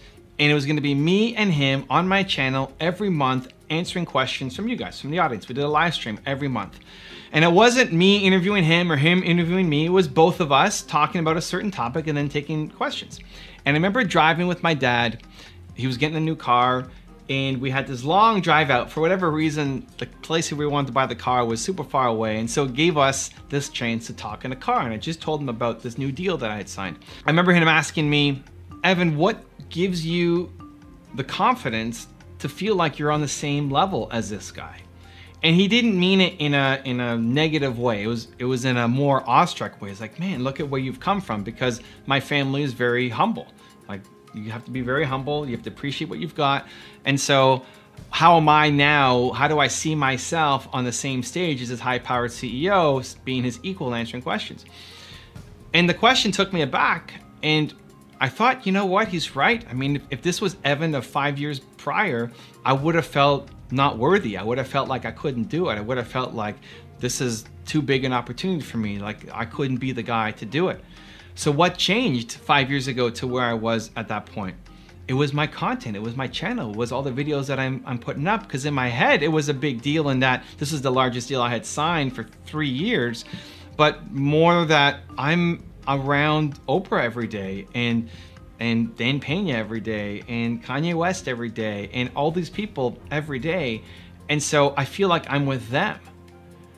And so this CEO deal wasn't that huge a deal because I had changed my environment, right? I'd raised the stakes in my environment, and that raises your standards. And so I realized, man, this is crazy how important my channel is to myself, at least to my own growth. If it's not to you, at least to my own growth, because you often can't see it on a daily basis. I could not pinpoint the one video I uploaded or the one day that I felt, this is it, it's happened. But if I look back over a 5-year period, a 1-year period, a 6-month period, even a 3-month period, think about who you were 3 months ago. If you're invested in yourself by watching these videos or reading books or anything else, if you're investing in yourself, even just look 3 months back and think, have I grown? How much have you grown in the past 3 months? You may not see it on a daily basis, but with months and then more months and then more months and then years, if you keep on the path, you'll see some tremendous results. You may not even recognize the person who you used to be. And that's why it's so important that you raise your environment. If you are not focused on your goals, you either don't want them or you are afraid of them. You might just not want to do them. You might be in the wrong thing. You might have picked the wrong goals for the wrong reasons. Or you're afraid of your goals. You're afraid of failing.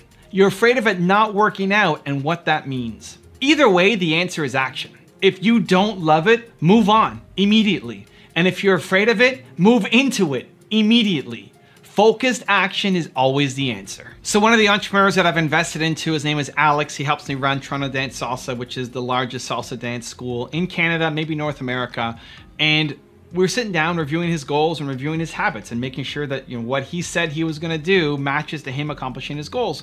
And there were a couple things that were big things on the list that he had to get done, and he was afraid of making a mistake. So for example, we're trying to create the interior of the studio and make a wall that speaks to the purpose of the company, speaks to the mission, the vision, what we're trying to accomplish. And we want to have something beautiful that people want to take their pictures on. And he's so afraid of getting it right. He's so afraid of doing the wrong thing that he does nothing.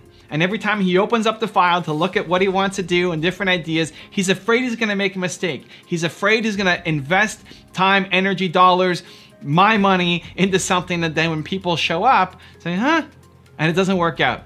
He's so afraid to fail that he doesn't take action, which becomes the biggest failure of all. So here was our solution. Procrastination Power Hour. Said every day, PPH, put it into your calendar for 1 hour. This is your PPH time, the thing that you have been procrastinated on, right? The thing that serves the business. If you've been procrastinating on it and you don't like it and it doesn't serve the business, great, get rid of it. That's not what we're talking about. It's the things that you're afraid of, the things that you don't want to make a mistake on, that you're just pushing aside because there's all this busy work that comes in. Because yes, we have to respond to customers, and yes, we got to do all the work that goes into the day-to-day of running the company.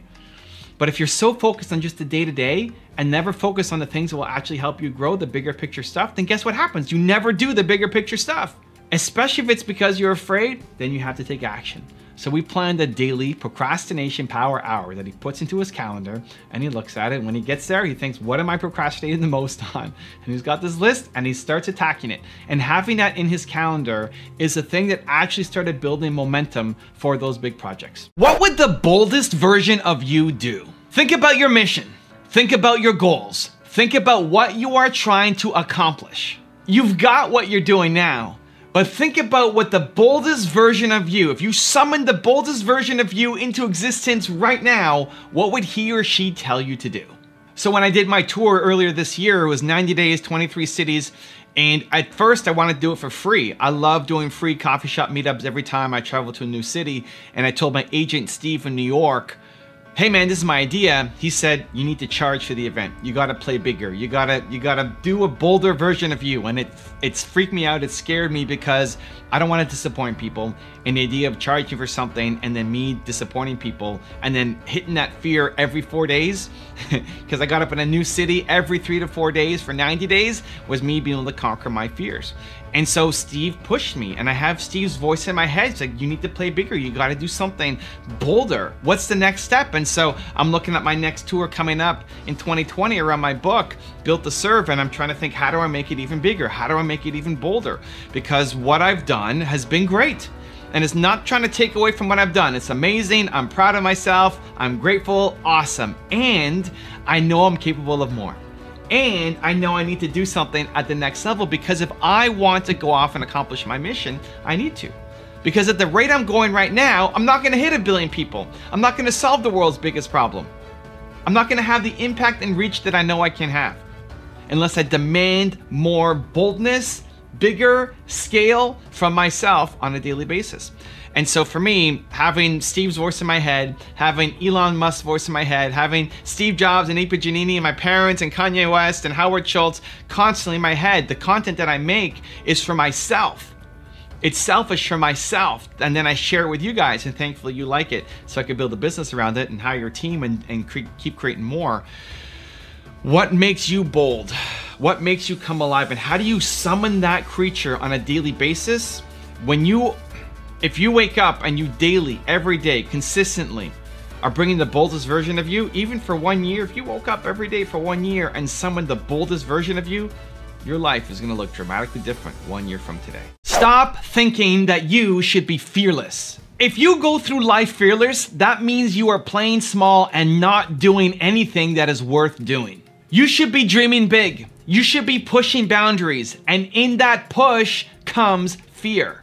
Instead of trying to be fearless, adopt a mindset that you want to feel the fear and do it anyway. Otherwise, you will never take on big projects, and you'll never accomplish your mission, and you'll always live below the potential that you know you're capable of. Not asking for help is selfish. You might think that trying to do everything yourself is selfless, that it's wrong to ask for help and noble to do everything yourself. But you love helping people. You love helping others. Remember that joy you feel when you help somebody and brought a smile to their face knowing you made their week? By you not asking for help, you're cheating people of that opportunity to bring a smile to their face. Stop being selfish and start asking for help.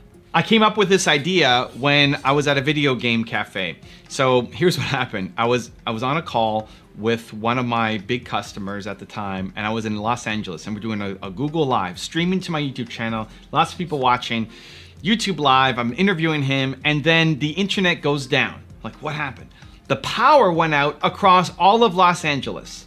The power goes out and it's down. I got nothing. The stream is still live, but I'm not there anymore. I left my client live on the stream, and he's not sure what happens. He just sees my camera go down, and then he keeps going by himself for another 15, 20 minutes, waiting for me to come back. And he's embarrassed, and it's awkward, and he doesn't know what he's doing because the host who has the audience there is now gone.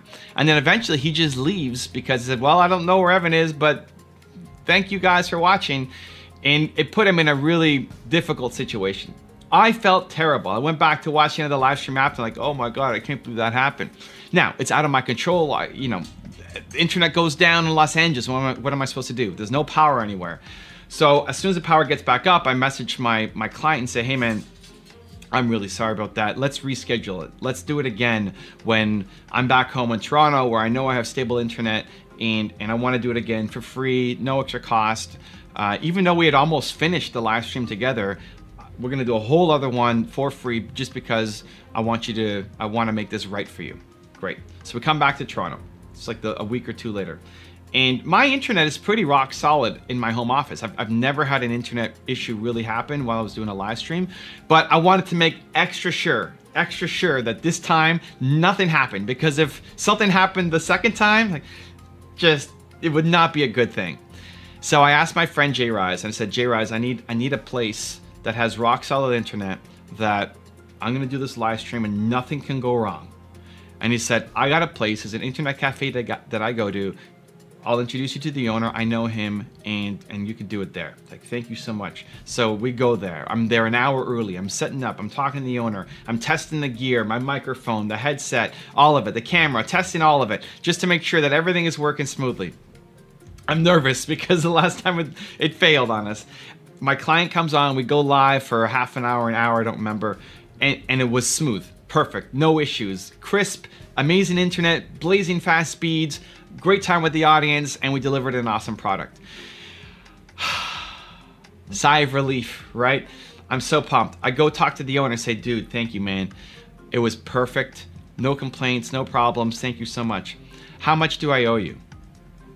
And he said, well, you were on the computer for about an hour and a half, and Jay Rise was on the computer for about an hour and a half, but I'll just bundle it together. So I forget what he told me. It was like $5 or $7 or $10 or something. Like, are you kidding me?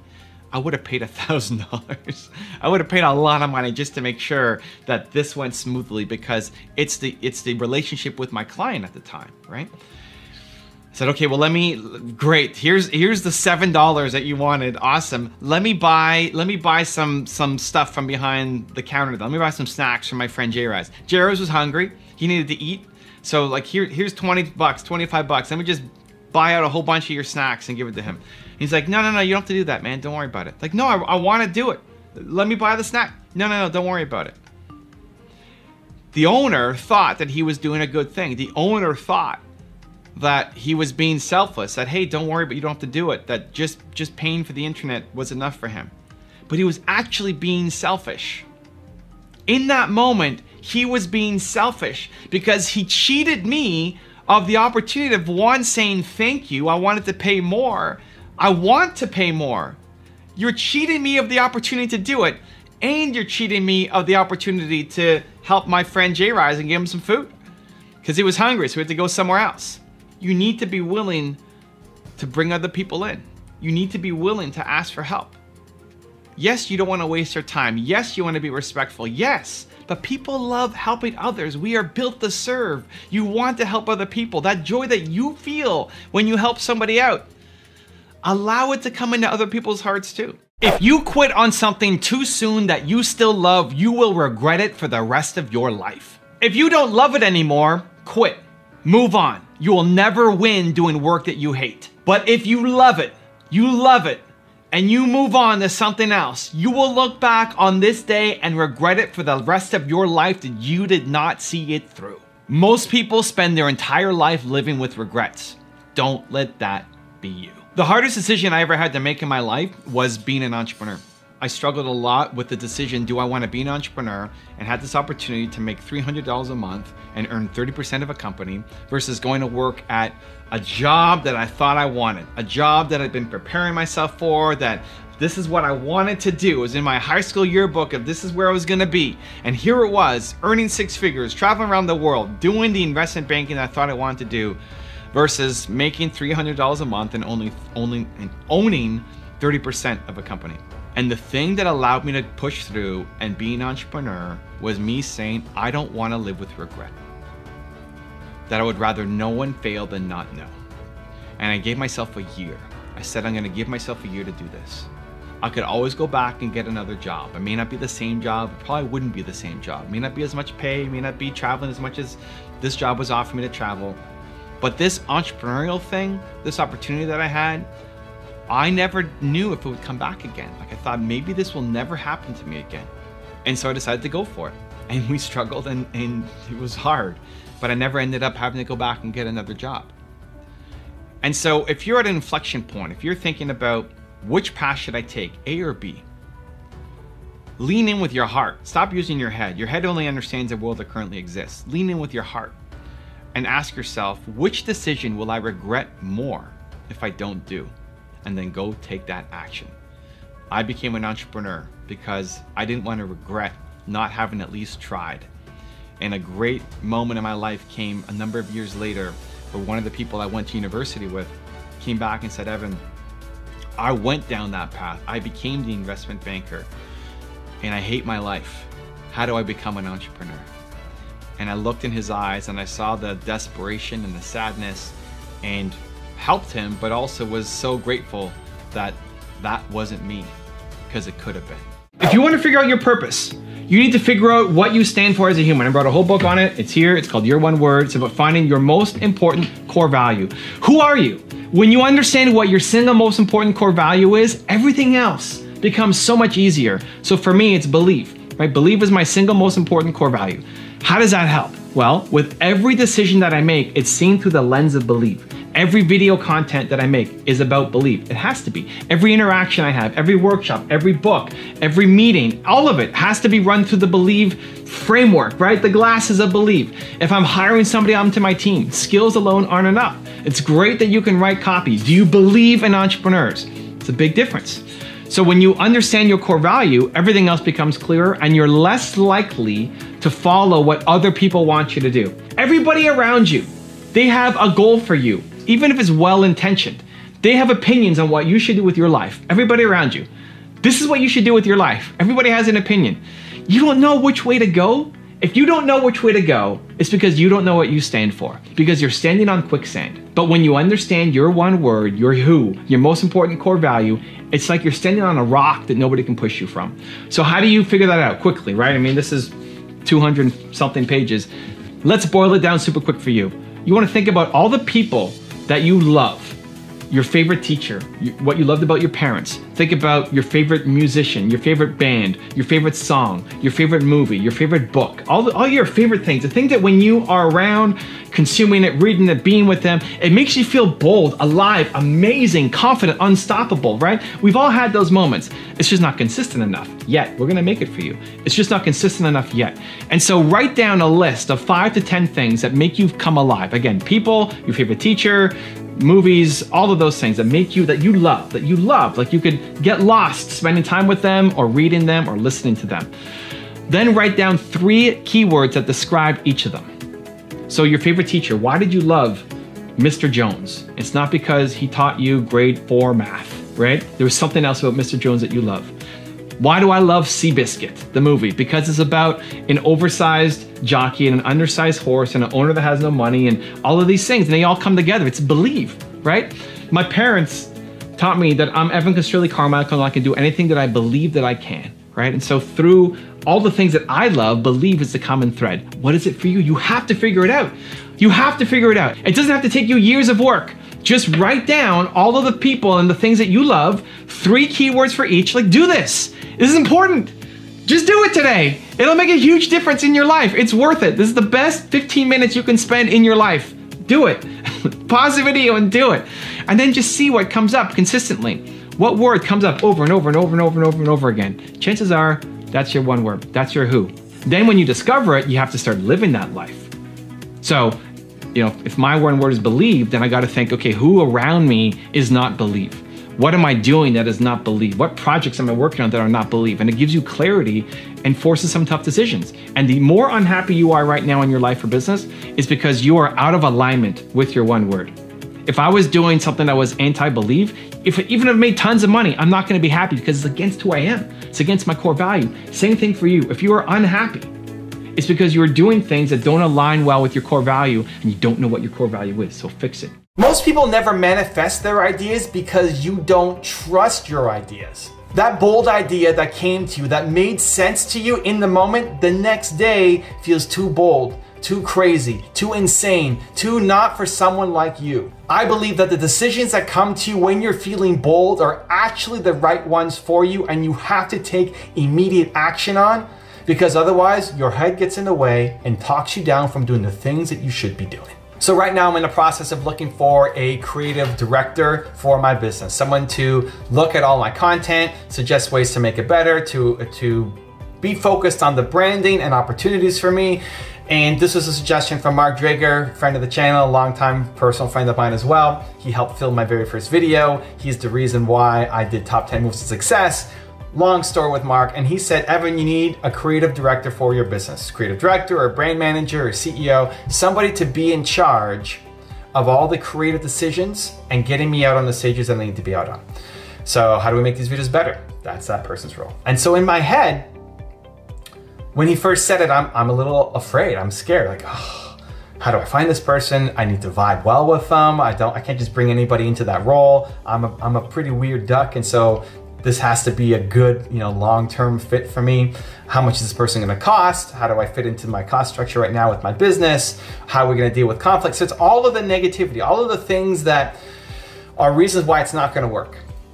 And so instead to focus on, this is a bold idea and I need to at least explore it. I need to try it, I need to play it out. Maybe it works, maybe it doesn't. But teaching myself that I do bold things, I do scary things, I do difficult things, and being scared is not a good enough reason for not to take action. And so those ideas that come to you, trust that they came to you for a reason. If it came to you and you're thinking about it and you feel bold, like, man, I would love to go off and do that. The best thing you can do is just start going off and doing that. Because what's gonna happen is you're gonna plan. You're gonna spend all your best energies just stuck in planning mode. Instead of actually going out and taking action, you're gonna tell your friends about it, they're gonna tell you it's a stupid idea, you're gonna sleep on it, you're gonna wake up and tell yourself it's a stupid idea, and then what happens is no momentum. The biggest thing that is missing from your life is momentum. Nina's happy. Nina's smiling, she's next to me filming. That's all that's missing. You're a genius, you have great ideas, great, genius, amazing ideas. You're just missing momentum. Because once you get the idea, you sit on it, and then you tell yourself why you can't do it, instead of going off and proving to yourself that you can. Self-love comes from doing difficult things. Self-love comes from doing things that you think are beyond your comfort zone, that you're not capable of doing, and just getting up and trying to do it. That's when you love yourself. When something is easy and you win, you actually don't feel that great about yourself. If you were to go and run a race against 3-year-olds and you won, great, yeah, you won. You might even post about it on Instagram, but you don't love yourself. You don't feel good about yourself because you played small, because it was easy, because you were expected to win, because it was inside your comfort zone. When you play inside your comfort zone always, you don't love yourself. It comes from doing difficult things. That's how you build respect. That's how you build credibility. It's how you build self-love for you. Forget about how other people respect or look at you. It's how you feel about yourself. That's the game. And that comes from doing difficult things. So if you ran a race against 3-year-olds and you won, great. Who cares? You don't feel great about yourself because you were expected to win. But if you ran a race against Usain Bolt and he ran backwards on one leg, he would still probably destroy you. But you should feel great about yourself because you did the thing when it was hard to do the thing. You might have lost to Usain Bolt, but you got in the race against him. That's how you build self-love. When you tie your self-respect, when you tie your self-worth, when you tie your self-love to the effort that you put in on a daily basis, that's when you start to win. When you tie your self-love to winning, to getting results, you lose. When you tie your self-love to how many likes you have on Instagram or views or subscribers on YouTube, you lose. It's about the effort. Are you putting in the effort every day? Because if you are proud of your effort on a daily basis, I promise you, you are going to crush it. But if you are only proud of yourself when you win, here's what's going to happen. You're only going to take on small things. You're going to play small your entire life because you're only going to take on projects that you have a pretty high chance of winning at. Because that's how you have love for yourself. And that's a losing game because you're capable of more. You're capable of doing a lot more stuff. You're capable of playing a bigger game. You're capable of having a bigger impact. You have to. It's your duty. It's your duty to love yourself. When you love yourself, you'll be able to spread that more and help other people. And so how do you love yourself? It comes from doing difficult things. It comes from when your heart's beating like crazy and you're scared and it's some big project and you say, I'm gonna try. I'm going to try to do that scary thing. I'm going to try to record a video in public where people may be watching you. Doesn't mean your video has to be great. Chances are it's going to suck. But you tried. And you should feel great about yourself. Saying I never have the time is the single greatest excuse that is preventing you from accomplishing your goals. You are not allowed to say it anymore. Stop it. Stop believing your own lies. Whatever story you're telling yourself as to why you can't do it, how much time you don't have, somebody else who made it had it way worse than you did. They made it and had it way worse than you did. If they can make it, you can too. The only difference is the story you're telling yourself that you don't have enough time to do it. So I'm gonna give you a more fun example on this one. I wanna get to being a better League of Legends player, okay? I would play League of Legends, I don't know, once or twice a week, depending on what was happening in my calendar. I started sponsoring a League of Legends player, my first esports venture, this guy named Carmichael, and he plays Teemo. Teemo's a character in the game. I play Teemo. He's the best Teemo in the world. In any region around the world, he is the #1 guy. And I said, Kyle, Manko, I want to sponsor you, and part of the deal is you're going to coach me. I want you to coach me on how to get better. I want to get better. I want to climb. I was in bronze, which is the 2nd worst division in League of Legends. He said, what was the best you've ever done? I said, silver, which is the 3rd worst division in League of Legends. And so he said, okay, I can help you. How often are you practicing? I said, I don't know, once or twice a week. It's like, okay, that's not enough. I need you to play 3 games a day. 3 games a day. And a game takes 35 to 40 minutes, sometimes longer, depending on how long it takes to get into the game. Could be 45 minutes, maybe even up to an hour. And I'm thinking in my head, 3 games a day, are you nuts? I don't have time to do this. I can't make that happen. I got all these other responsibilities. Right? If it's important, you gotta stop telling yourself that you can't do it. How do I justify playing 3 games a day when I have all these other stuff I need to do? I need to run a business, I want to scale, I want to grow my YouTube channel, I want to grow my impact, I need to write my book, I need to launch my YouTube course, I need to spend time with my wife and my family. I got lots of other things I need to do. I need to sleep, you know, all of it.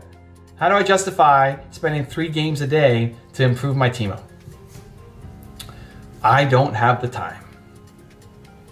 Your actions map to your ambitions. I look at my calendar, I made a way. I'm gonna do it. I wanna get better. I wanna improve. Now, I don't do it when I'm traveling, so I'm here in LA right now, so I haven't played my 3 games since I've been away. But when I'm in Toronto, pretty much every day that I'm in Toronto, I'll get my 3 games in, and I've gotten better. The results speak. I went from bronze to silver, and now I'm climbing up through silver, and I'm hopefully, the goal is to get the gold by the end of the year. So that was the fourth worst division. And you're starting to get, once you get in the gold and you get a little bit higher, now you're starting to get some kind of, not reputation, but significance, and just like you're actually a semi-decent player, right? So I'm chasing down my League of Legends goals. Because your personal goals, you may be watching and thinking, well, what is, like, why are you wasting your time doing it? It's a personal goal to me. It might be a waste of time to you. Maybe building a deck for your backyard is a big waste of time for me. Maybe making your own clothes or whatever other hobby you have, cooking or crafting, is a big waste of time for me, right?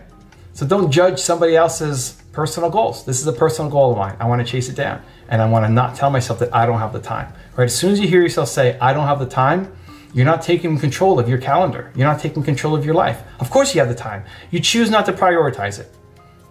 That's the change in language you need to make. You're not allowed to say, I don't have the time. Instead, I choose not to prioritize it. Because now you're in charge. Now you have nobody to blame. Because when it's somebody else's fault, when you don't have the time, that's not your fault. That's somebody else's fault. That's everybody else who has demands on your time, right? You can't do anything about it. So let's just stay here and never accomplish your goals. You choose not to prioritize it. Once you take accountability, once you take responsibility to say, I'm gonna take control of what I want to do in my life, that's when everything starts to change. You look at the people who've made big money, they've been chasing something that they love doing. Because otherwise you won't put in enough work. If you're just chasing an opportunity, you're probably not gonna make it. If you don't love it enough, the people who love it will crush you. Like if salsa dancing was the hot trend for 2020, you can say, great, I'm gonna make tons of money salsa dancing, being an instructor, and then I'll do that for 3 years and then retire and go travel the world and do what I love. You'll never make the money salsa dancing because Alex is gonna destroy you. Sorry. Yeah, because he loves it, right? Because you'll be a wannabe and you'll never put in enough work to actually get great at the thing. Like if you're going to work with somebody who's going to be in your production, and they just want to make it as an actor because they think it's a path to make tons of money. Because Brad Pitt makes $40 million a movie or whatever it is, but they don't actually care about being a good actor. They're not even going to get into your show. Like you're going to spot that out and say, no, I need people who actually care about the craft. You don't have to be an extrovert to sell. You also don't have to be a slime ball to sell either. All you need to sell is a vision that you believe in and a passion to make it come true. And if you don't learn to effectively sell, that genius idea that you have in here that can serve the world will never come to fruition, and you'll never get the impact that you're after. So I'm here in LA, and over the past 2 days, I've been on the podcast for Jordan Belfort, Wolf of Wall Street, and Jay Abraham, who's the legendary marketing guru for Tony Robbins and Damon John and a whole bunch of other people. And I'm on their podcast, and I'm telling them that they need to be on YouTube, that they need to get their message out. I want to see them more heavily invested. I want to see their message reach the world. And 5 years ago, Evan of 5 years ago would have been too afraid, too humbled, too worried that I might not be perfect, that I wouldn't be able to persuade them to do the thing, and so I wouldn't have tried. And I still have a bit of that in me. When Jordan Belfort asked me, how good are you? Like, how good at YouTube are you? And the answer that I gave was, within the thought leadership world, if you want to help entrepreneurs, I'm top 3-5 in the world. Even as I say it, it feels weird saying it, because the Canadian or Carmichael kind of humbleness is pumping in, but it's also true. Because when you're talking to somebody who is not super familiar with what you're doing, they're trying to get an understanding. When I'm talking to Jordan Belfort and trying to give him an understanding of what I do and why my message is so important for him, I'm trying to serve him. I'm trying to help him. I want him to win. So the credibility is important. It backs it up, and me not strongly believing in myself means that he won't believe in me either. And one of my favorite messages from Jordan, and I told him this at the beginning of the podcast interview, was sales is about a transfer of certainty. Of all the things I've learned from Jordan Belfort, that is the number one thing that still rings true in my head. Sales, if you want to sell people, you want to persuade them on something. And it's, again, not for nefarious reasons, not to screw somebody over, not just to get their money. You want to persuade them. I'm here trying to persuade Jordan, trying to persuade Jay, trying to persuade lots of other people to take their message and put it up on YouTube to spread it to the world. It's for them. Right? I got frustrated with Jordan halfway through the interview, and he said, "Why are you frustrated?" Because he's making it a joke and having fun, and he loves having fun on the show, and it's a more entertaining show. He's way more funny and entertaining than I am. I told him, "You're doing this for the audience because people will watch the show. I'm doing this for you. Like, we're here at a limited time, and I want you to win. I want to get this out of my head into yours so you can go take action on it." Right? So the ability to sell and persuade is based off your ability to transfer certainty. And so when you fully believe in the thing, like this is right, this is the thing that has to happen in service for your customer, in service for your audience, you have to do this, not for me, but because it's the best thing for you. When you fully believe it, then you have to go all in on it.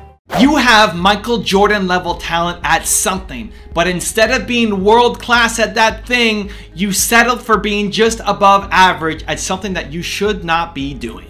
Albert Einstein once said, "Everybody is a genius, but if you judge a fish by its ability to climb a tree, it will believe its whole life that it is stupid." That's most people's problems. You are a fish, and you're trying to climb a tree instead of going and being great at swimming. This is the exact problem that I am on a mission to solve. So I recently had a young entrepreneur come to one of my Toronto Q&A meetups that are free that I host every week. And he said, "Evan, I have a problem. I'm trying to decide between what my parents want me to be, which is an architect, and what I feel a yearning towards, which is being a musician. And I don't know what to do. I don't know how to decide. I don't know how I'm going to be a success as a musician. I don't know how it's going to work out. And my parents want me to be an architect, and there's this clearly defined path for how to do it." And he's afraid. And I think that's so many people. There's this safe, perfect path that has been designed that people have done forever and ever and ever and ever and ever. Or there's this new, crazy, messy, unrealistic, unsafe, unsure path, which is following your passion, being an entrepreneur, and trying to figure out where you're supposed to go. Here's the thing. If you only go down that safe path, if you only take that job, if you only listen to your parents or other people and you do what they want you to do, you're always going to be unhappy. You're always going to know that there was this thing inside you that you could have done, that you didn't take action on, and you hate it.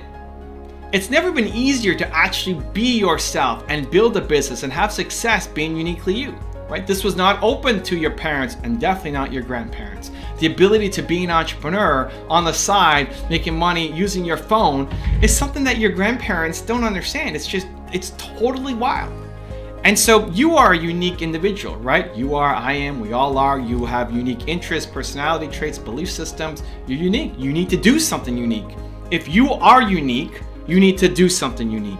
If you're stuck doing the same thing that somebody else wants you to do, you're never going to be happy. Now, there may be some alignment. You may not absolutely hate the job that you're at, but you know you're capable of more. You're Michael Jordan. You are the Michael Jordan of something. You're a genius, an absolute bona fide genius at something. This is why I think it's the world's greatest problem.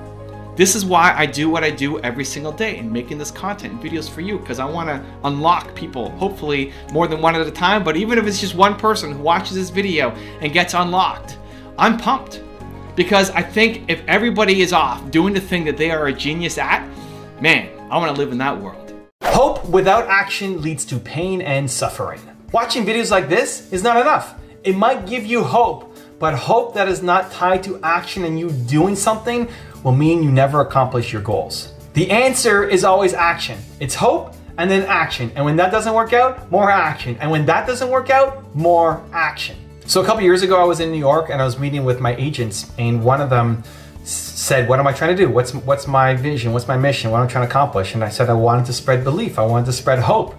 And he jumped all over me about the hope. Like, you want to spread hope? Hope's not enough. You can't just do hope. And I remember walking away, he's like, what's he talking about? Hope is so important. If you don't have hope, how are you going to believe in yourself to go chase something down? Without hope, you got nothing, right? Without hope and belief, you got nothing. Where I realized the difference in the thinking is the usage of the word is people hope things will happen. It's not having hope in something, it's hoping that it's gonna happen, and then they sit on their bed, sit on their couch, sit at home and do nothing. That kind of hope, that's not a strategy. Hope and belief is your first step. It's your first entry point in. You have hope that things will happen. But then you gotta get up and do something, right? And so, figuring out that message when I was talking to my agent didn't come to me right away in the moment, because at the same time, as much as I'm filled with hope and belief in humanity and what we can all do, I'm working, right? I'm taking action. I'm making 3 to 4 videos every day. We haven't had a day in the past 5 years where a video hasn't gone up. Every single day. I don't know what that consecutive streak is, but it's long, it's big. I'm working my face off every day in the achievement of my mission. But I also love hope and belief. It's why I have this channel, it's why I have my other channels, is I want to be around people who've done a lot more. I want to learn from the greats. I want to learn from people who know more than me. And when I see that, it gives me hope that it's possible. It gives me belief that it's possible, that if they can do it, I can do it too. But you still have to do it. The ability to do it versus actually executing and doing it are two very different things, right? The difference gap is going to be the action. And so, yes, I want you to have hope. I think it's important, but it's not the only thing. You got to make sure you turn that hope and not just rely on a strategy, but you're doing the daily work to chase down your dreams. People aren't lazy. They just don't have dreams that inspire them. They default to thinking, I'm a lazy person. I don't have ambitions. I don't know what I want to do in life. I'm just a loser. No, you just don't have a dream that makes you want to go off and do something. And until you figure that out, you're going to be in this constant cycle of feeling like a loser. It's one of the most common questions that I get asked on my IG streams. I go live every single day on Instagram, at least right now while I'm on my tour. And every single day I get asked some variation of, Evan, I'm lazy. How do I get out of it? Evan, I'm procrastinating. How do I get out of it? One, you don't call yourself a lazy person. There's no such thing as a lazy person.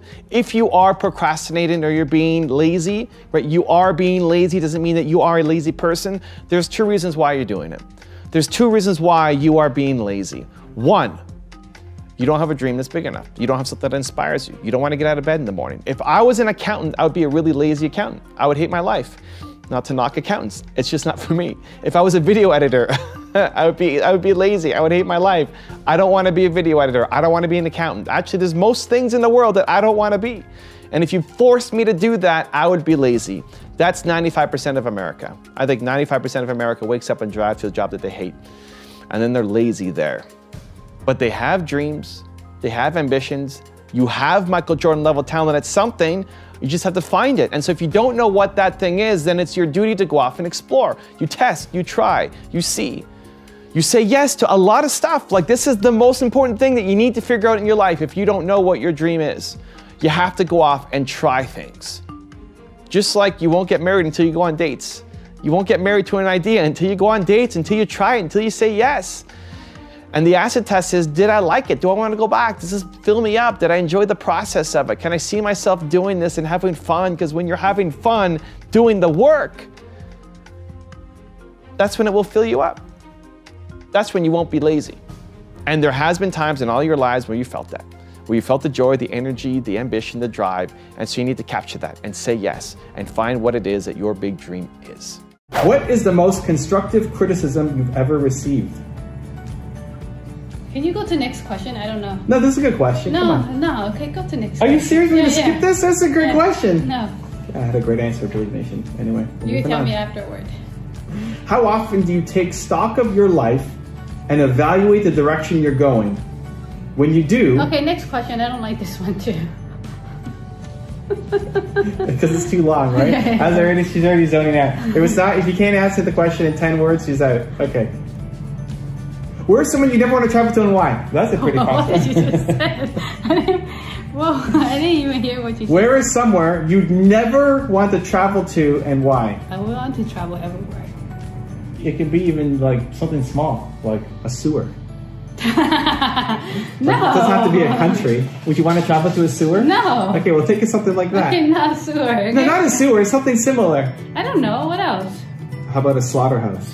No. What? But where would there be a slaughterhouse? I don't know, general. Like you could pick, you don't have to pick like China or something. You could pick a... That's so mean. No, I'm saying you don't have to pick something. You don't have to be a city or a country. You could pick I something don't know. else. Anywhere that it's thrill. Like horror, I don't like to go. Oh, there you go. Like a horror amusement park or something. Yeah. Yeah, okay, that's a good one. That's a good one. Good answer, Nina. Good answer. I would say space. Why? Well, don't you want to go? I would like to go to space. I have no interest in going to space. What if I say, hey, Evan, I want to go to space and I want you to come with? Wow. You want to go to space? Yeah, why not? It's cool. I mean... You get to control. You get to control what? Like, you're in the space, you know, you move, you could, you know? That makes no sense. You get to control, you get to move? What? You just want to float? Yeah. Swim. No, I don't like swimming. Now I've got a very special bonus rule on how to model success that I think you're gonna enjoy. But before that, it's time for the question of the day. I want to know what's the one new thing that you're gonna try after watching this video. Let me know in the comment below. And if you made it this far on the video and you're still watching and you promise to take action after watching this video, Believe Nation, we don't just watch video, we do stuff. If that's you, please leave a hashtag Believe in the comment below because we want to celebrate you. The fastest way to learn anything is to model someone who has done it before you. You don't need to have all the answers yourself. You don't need to have decades of experience to win.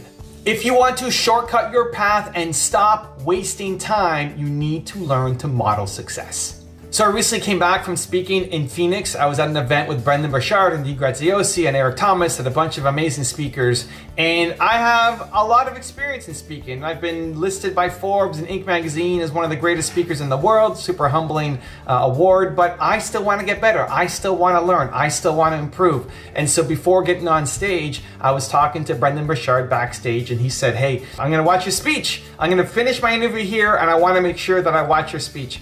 And so I get on stage and it's tons of fun. I come back out and Brendon is running down the aisle and he's got his hands up and he's super excited and he said, that was amazing. And he's telling me about how great the speech was and how much I helped his audience and thanking me. And I said, amazing, thank you so much, appreciate you. Let me ask you, how do I make it better?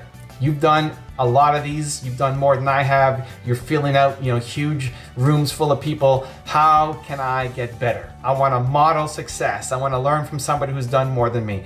And chances are something great's gonna come back, right? Like, tell me I suck, Brendon, tell me I suck, how do I improve? And he gave me a bunch of great feedback. He said, one, I need to use the stage more.